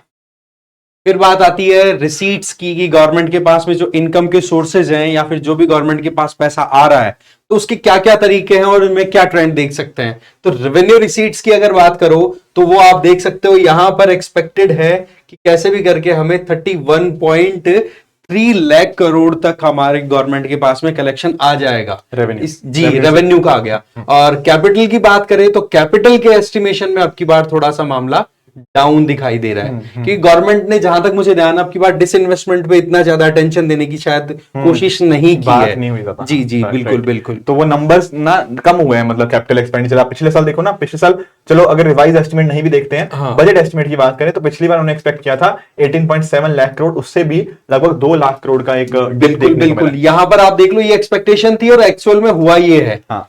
तो ये फर्क आ रहा है और ये तो कई हुआ भी नहीं अभी, ये भी रिवाइज्ड है। अभी भी इसमें एक्चुअल आएगा, नेक्स्ट जो आएगा बजट उसके साथ में। बिल्कुल। बट पॉइंट इज कि एक्सपर्ट्स के द्वारा बार बार बोला जाता है कि डिसइन्वेस्टमेंट एक फैक्टर बनता है कि गवर्नमेंट नए प्रोजेक्ट्स में इन्वेस्ट करना चाहे तो पुराने प्रोजेक्ट्स अगर कोई है, कोई भी कंपनी है, जैसे एयर इंडिया का हम एग्जांपल ले सकते हैं सर, कि पूरा का पूरा उसको सेल आउट कर दिया, तो ऐसे में कई बार सवाल तो उठते हैं बट गवर्नमेंट को बहुत से कड़े कदम भी उठाने पड़ते हैं कि भाई घाटे का सौदा कितने दिन चलेगा। फिर वही बात है, इंटरेस्ट पे करते रहो नहीं तो उधार ले लेंगे। उसी तरह से बात करें एक्सपेंडिचर की तो रेवेन्यू एक्सपेंडिचर में काफी एक मेजर इंक्रीज हमें देखने को मिल रहा है। थोड़ा सा ये खराब चीज है हालांकि, कि अगर मैं बात करूं रेवेन्यू एक्सपेंडिचर और रेवेन्यू शिफ्ट की तो इसमें बीच में अंतर बहुत ज्यादा है। बिल्कुल, यानी कि रेवेन्यू डेफिसिट हमारा काफी 6 लाख, मतलब ये मानो 6 लाख करोड़ का लगभग अपना रेवेन्यू डेफिसिट आ रहा है। और आप जानते हो कि रेवेन्यू डेफिसिट होना अपने आप में काफी खराब चीज है। इट इज लाइक कि आप रोजमर्रा के खर्चों करने के लिए आपको उधार लेना पड़ रहा है। ये एक थोड़ा सा ना गड़बड़ वाली चीज है, हमें यहाँ पे सुधार करने की डेफिनेटली रिक्वायरमेंट है। बाकी मैं बात करूं इफेक्टिव कैपिटल एक्सपेंडिचर की तो लगभग वो 15 लाख करोड़ के आसपास देखने को। एक चीज हमें ध्यान देनी है कि रेवेन्यू एक्सपेंडिचर से, अगर हम इकोनॉमिस्ट एनालिसिस की बात करें तो रेवेन्यू एक्सपेंडिचर से कैपिटल एक्सपेंडिचर ज्यादा अच्छा रहता है। बिल्कुल बिल्कुल। बताते हैं कि 1 रुपए इन्वेस्ट होता है तो 2.5 गुना के लगभग रिटर्न देता है वो। बिल्कुल। क्योंकि जैसे एक बात आती है कि एक रोड बना दी इंफ्रास्ट्रक्चर के नाम पे तो वहां पर लोग दुकान खोलेंगे, कितना आपके पास में इकोनॉमिक एस्पेक्ट खुलते हैं फिर। तो रेवेन्यू एक्सपेंडिचर थोड़ा सा हेल्दी रहना बहुत जरूरी हो जाता है। बिल्कुल सर। जी सर। तो ये कुछ बजट की सर हाइलाइट्स थी। हालांकि एक मैं स्टूडेंट्स के साथ एक और चीज भी लास्ट में शेयर करना चाहूंगा, वो है ये कुछ डेटा। क्योंकि देखो यार ट्रेंड्स आपसे पूछे जाएंगे, ठीक है, एग्जाम के अंदर, तो थोड़ा सा आपको ना, जैसे ये नंबर्स आपके सामने आपको देखने को मिल जाएंगे कि किस तरह से आपके रेवेन्यू रिसीट्स क्या हैं। आपके जैसे रेवेन्यू रिसीट्स जैसे मैंने आपको बताया 31 लाख करोड़ के आसपास देखने को मिल जाएगा। कैपिटल रिसीट आपके 16.9 लाख करोड़ है। तो टोटल रिसीट्स आपके यहाँ पे बन जाते हैं दोनों को ऐड करने के बाद 48.2 लाख करोड़। बाकी टोटल खर्चा भी उसके इक्वलेंट ही आएगा, तभी बजट आपका बैलेंस हो पाएगा। तो यहाँ पर अगर हम बात करें आपके एक्सपेंडिचर की तो उसमें से रेवेन्यू आपका अकाउंट कर रहा है 37 लाख करोड़ के लिए एंड कैपिटल का हमने बात ही करा था 11 लाख। तो ये हमें देखने को मिल जाएगा। सर एक मैं ग्राफ ना बच्चों के साथ जो जरूर मुझे लगता है, ये तो हमने डिस्कस कर लिया, हो गया अपना। एक जो चीज मुझे डिस्कस करनी थी वो ये थी कि आपके जो डेफिसिट्स थे उनका क्या क्या आपका ट्रेंड चल रहा है। जी सर बिल्कुल। ये ट्रेंड आपको समझना बहुत ज्यादा इंपॉर्टेंट हो जाता है, क्योंकि जब हम बात करते हैं आपके रेवेन्यू डेफिसिट की, आपके प्राइमरी डेफिसिट की, आपके फिस्कल डेफिसिट की और इफेक्टिव रेवेन्यू डेफिसिट की, तो इन चारों का ट्रेंड आपको पता होना चाहिए। जैसे अगर मैं बात करूं, यहां पर आप नोटिस कर पाओगे कि आपका जो फिस्कल डेफिसिट है वो अभी 23-24 का और 24-25 का, जिसका भी आपको देखना है, तो आपका फिस्कल डेफिसिट आपका सबसे ज्यादा देखने को मिलेगा। सेकंड नंबर के ऊपर आपका रेवेन्यू डेफिसिट आ गया, उससे थोड़ा सा कम आपको प्राइमरी डेफिसिट देखने को मिलता है एंड लास्ट में आपका इफेक्टिव रेवेन्यू डेफिसिट इस तरह से। अब ये मैं क्यों हाईलाइट कर रहा हूं, क्योंकि देखो यहां पर ना ये वाला जो ट्रेंड है, यहां पर आप नोटिस करो इस समय के ऊपर कुछ ऐसा टाइम था जब आपका जो इफेक्टिव रेवेन्यू डेफिसिट था वो प्राइमरी डेफिसिट से ज्यादा था, पर वो अब कम हुआ है इफेक्टिव रेवेन्यू डेफिसिट। तो अभी लेटेस्ट ट्रेंड क्या है वो आपको पता होना चाहिए। कल को सर स्टेटमेंट ऐसे भी आ सकती है कि इफेक्टिव रेवेन्यू डेफिसिट पिछले एक डिकेड के अंदर हमेशा प्राइमरी डेफिसिट से कम रहा है, तो वो स्टेटमेंट अपने आप में गलत हो जाएगी, क्योंकि यहां पे ट्रेंड चेंज होता हुआ हमें देखने को मिला है।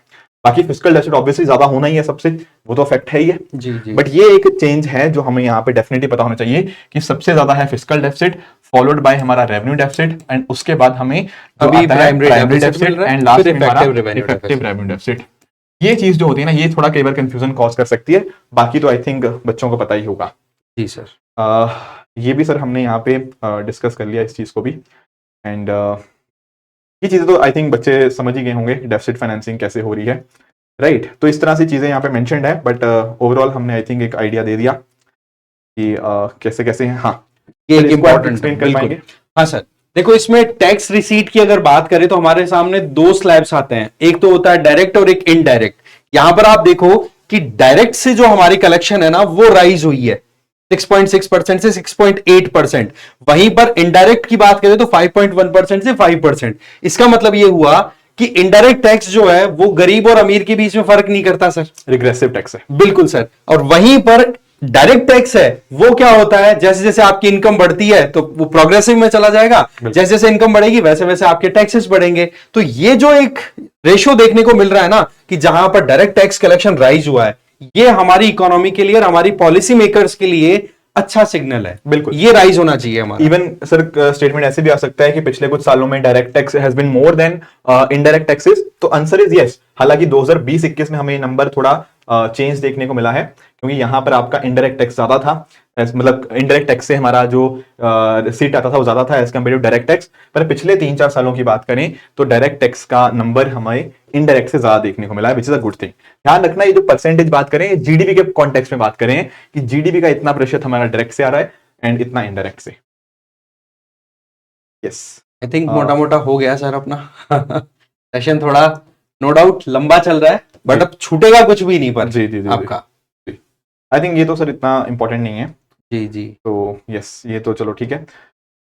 तो यस, ये आप लोगों को अगर पढ़ना हो तो आप पढ़ सकते हो कि कौन सी मिनिस्ट्री को कितना कितना यहाँ पे दिया गया है।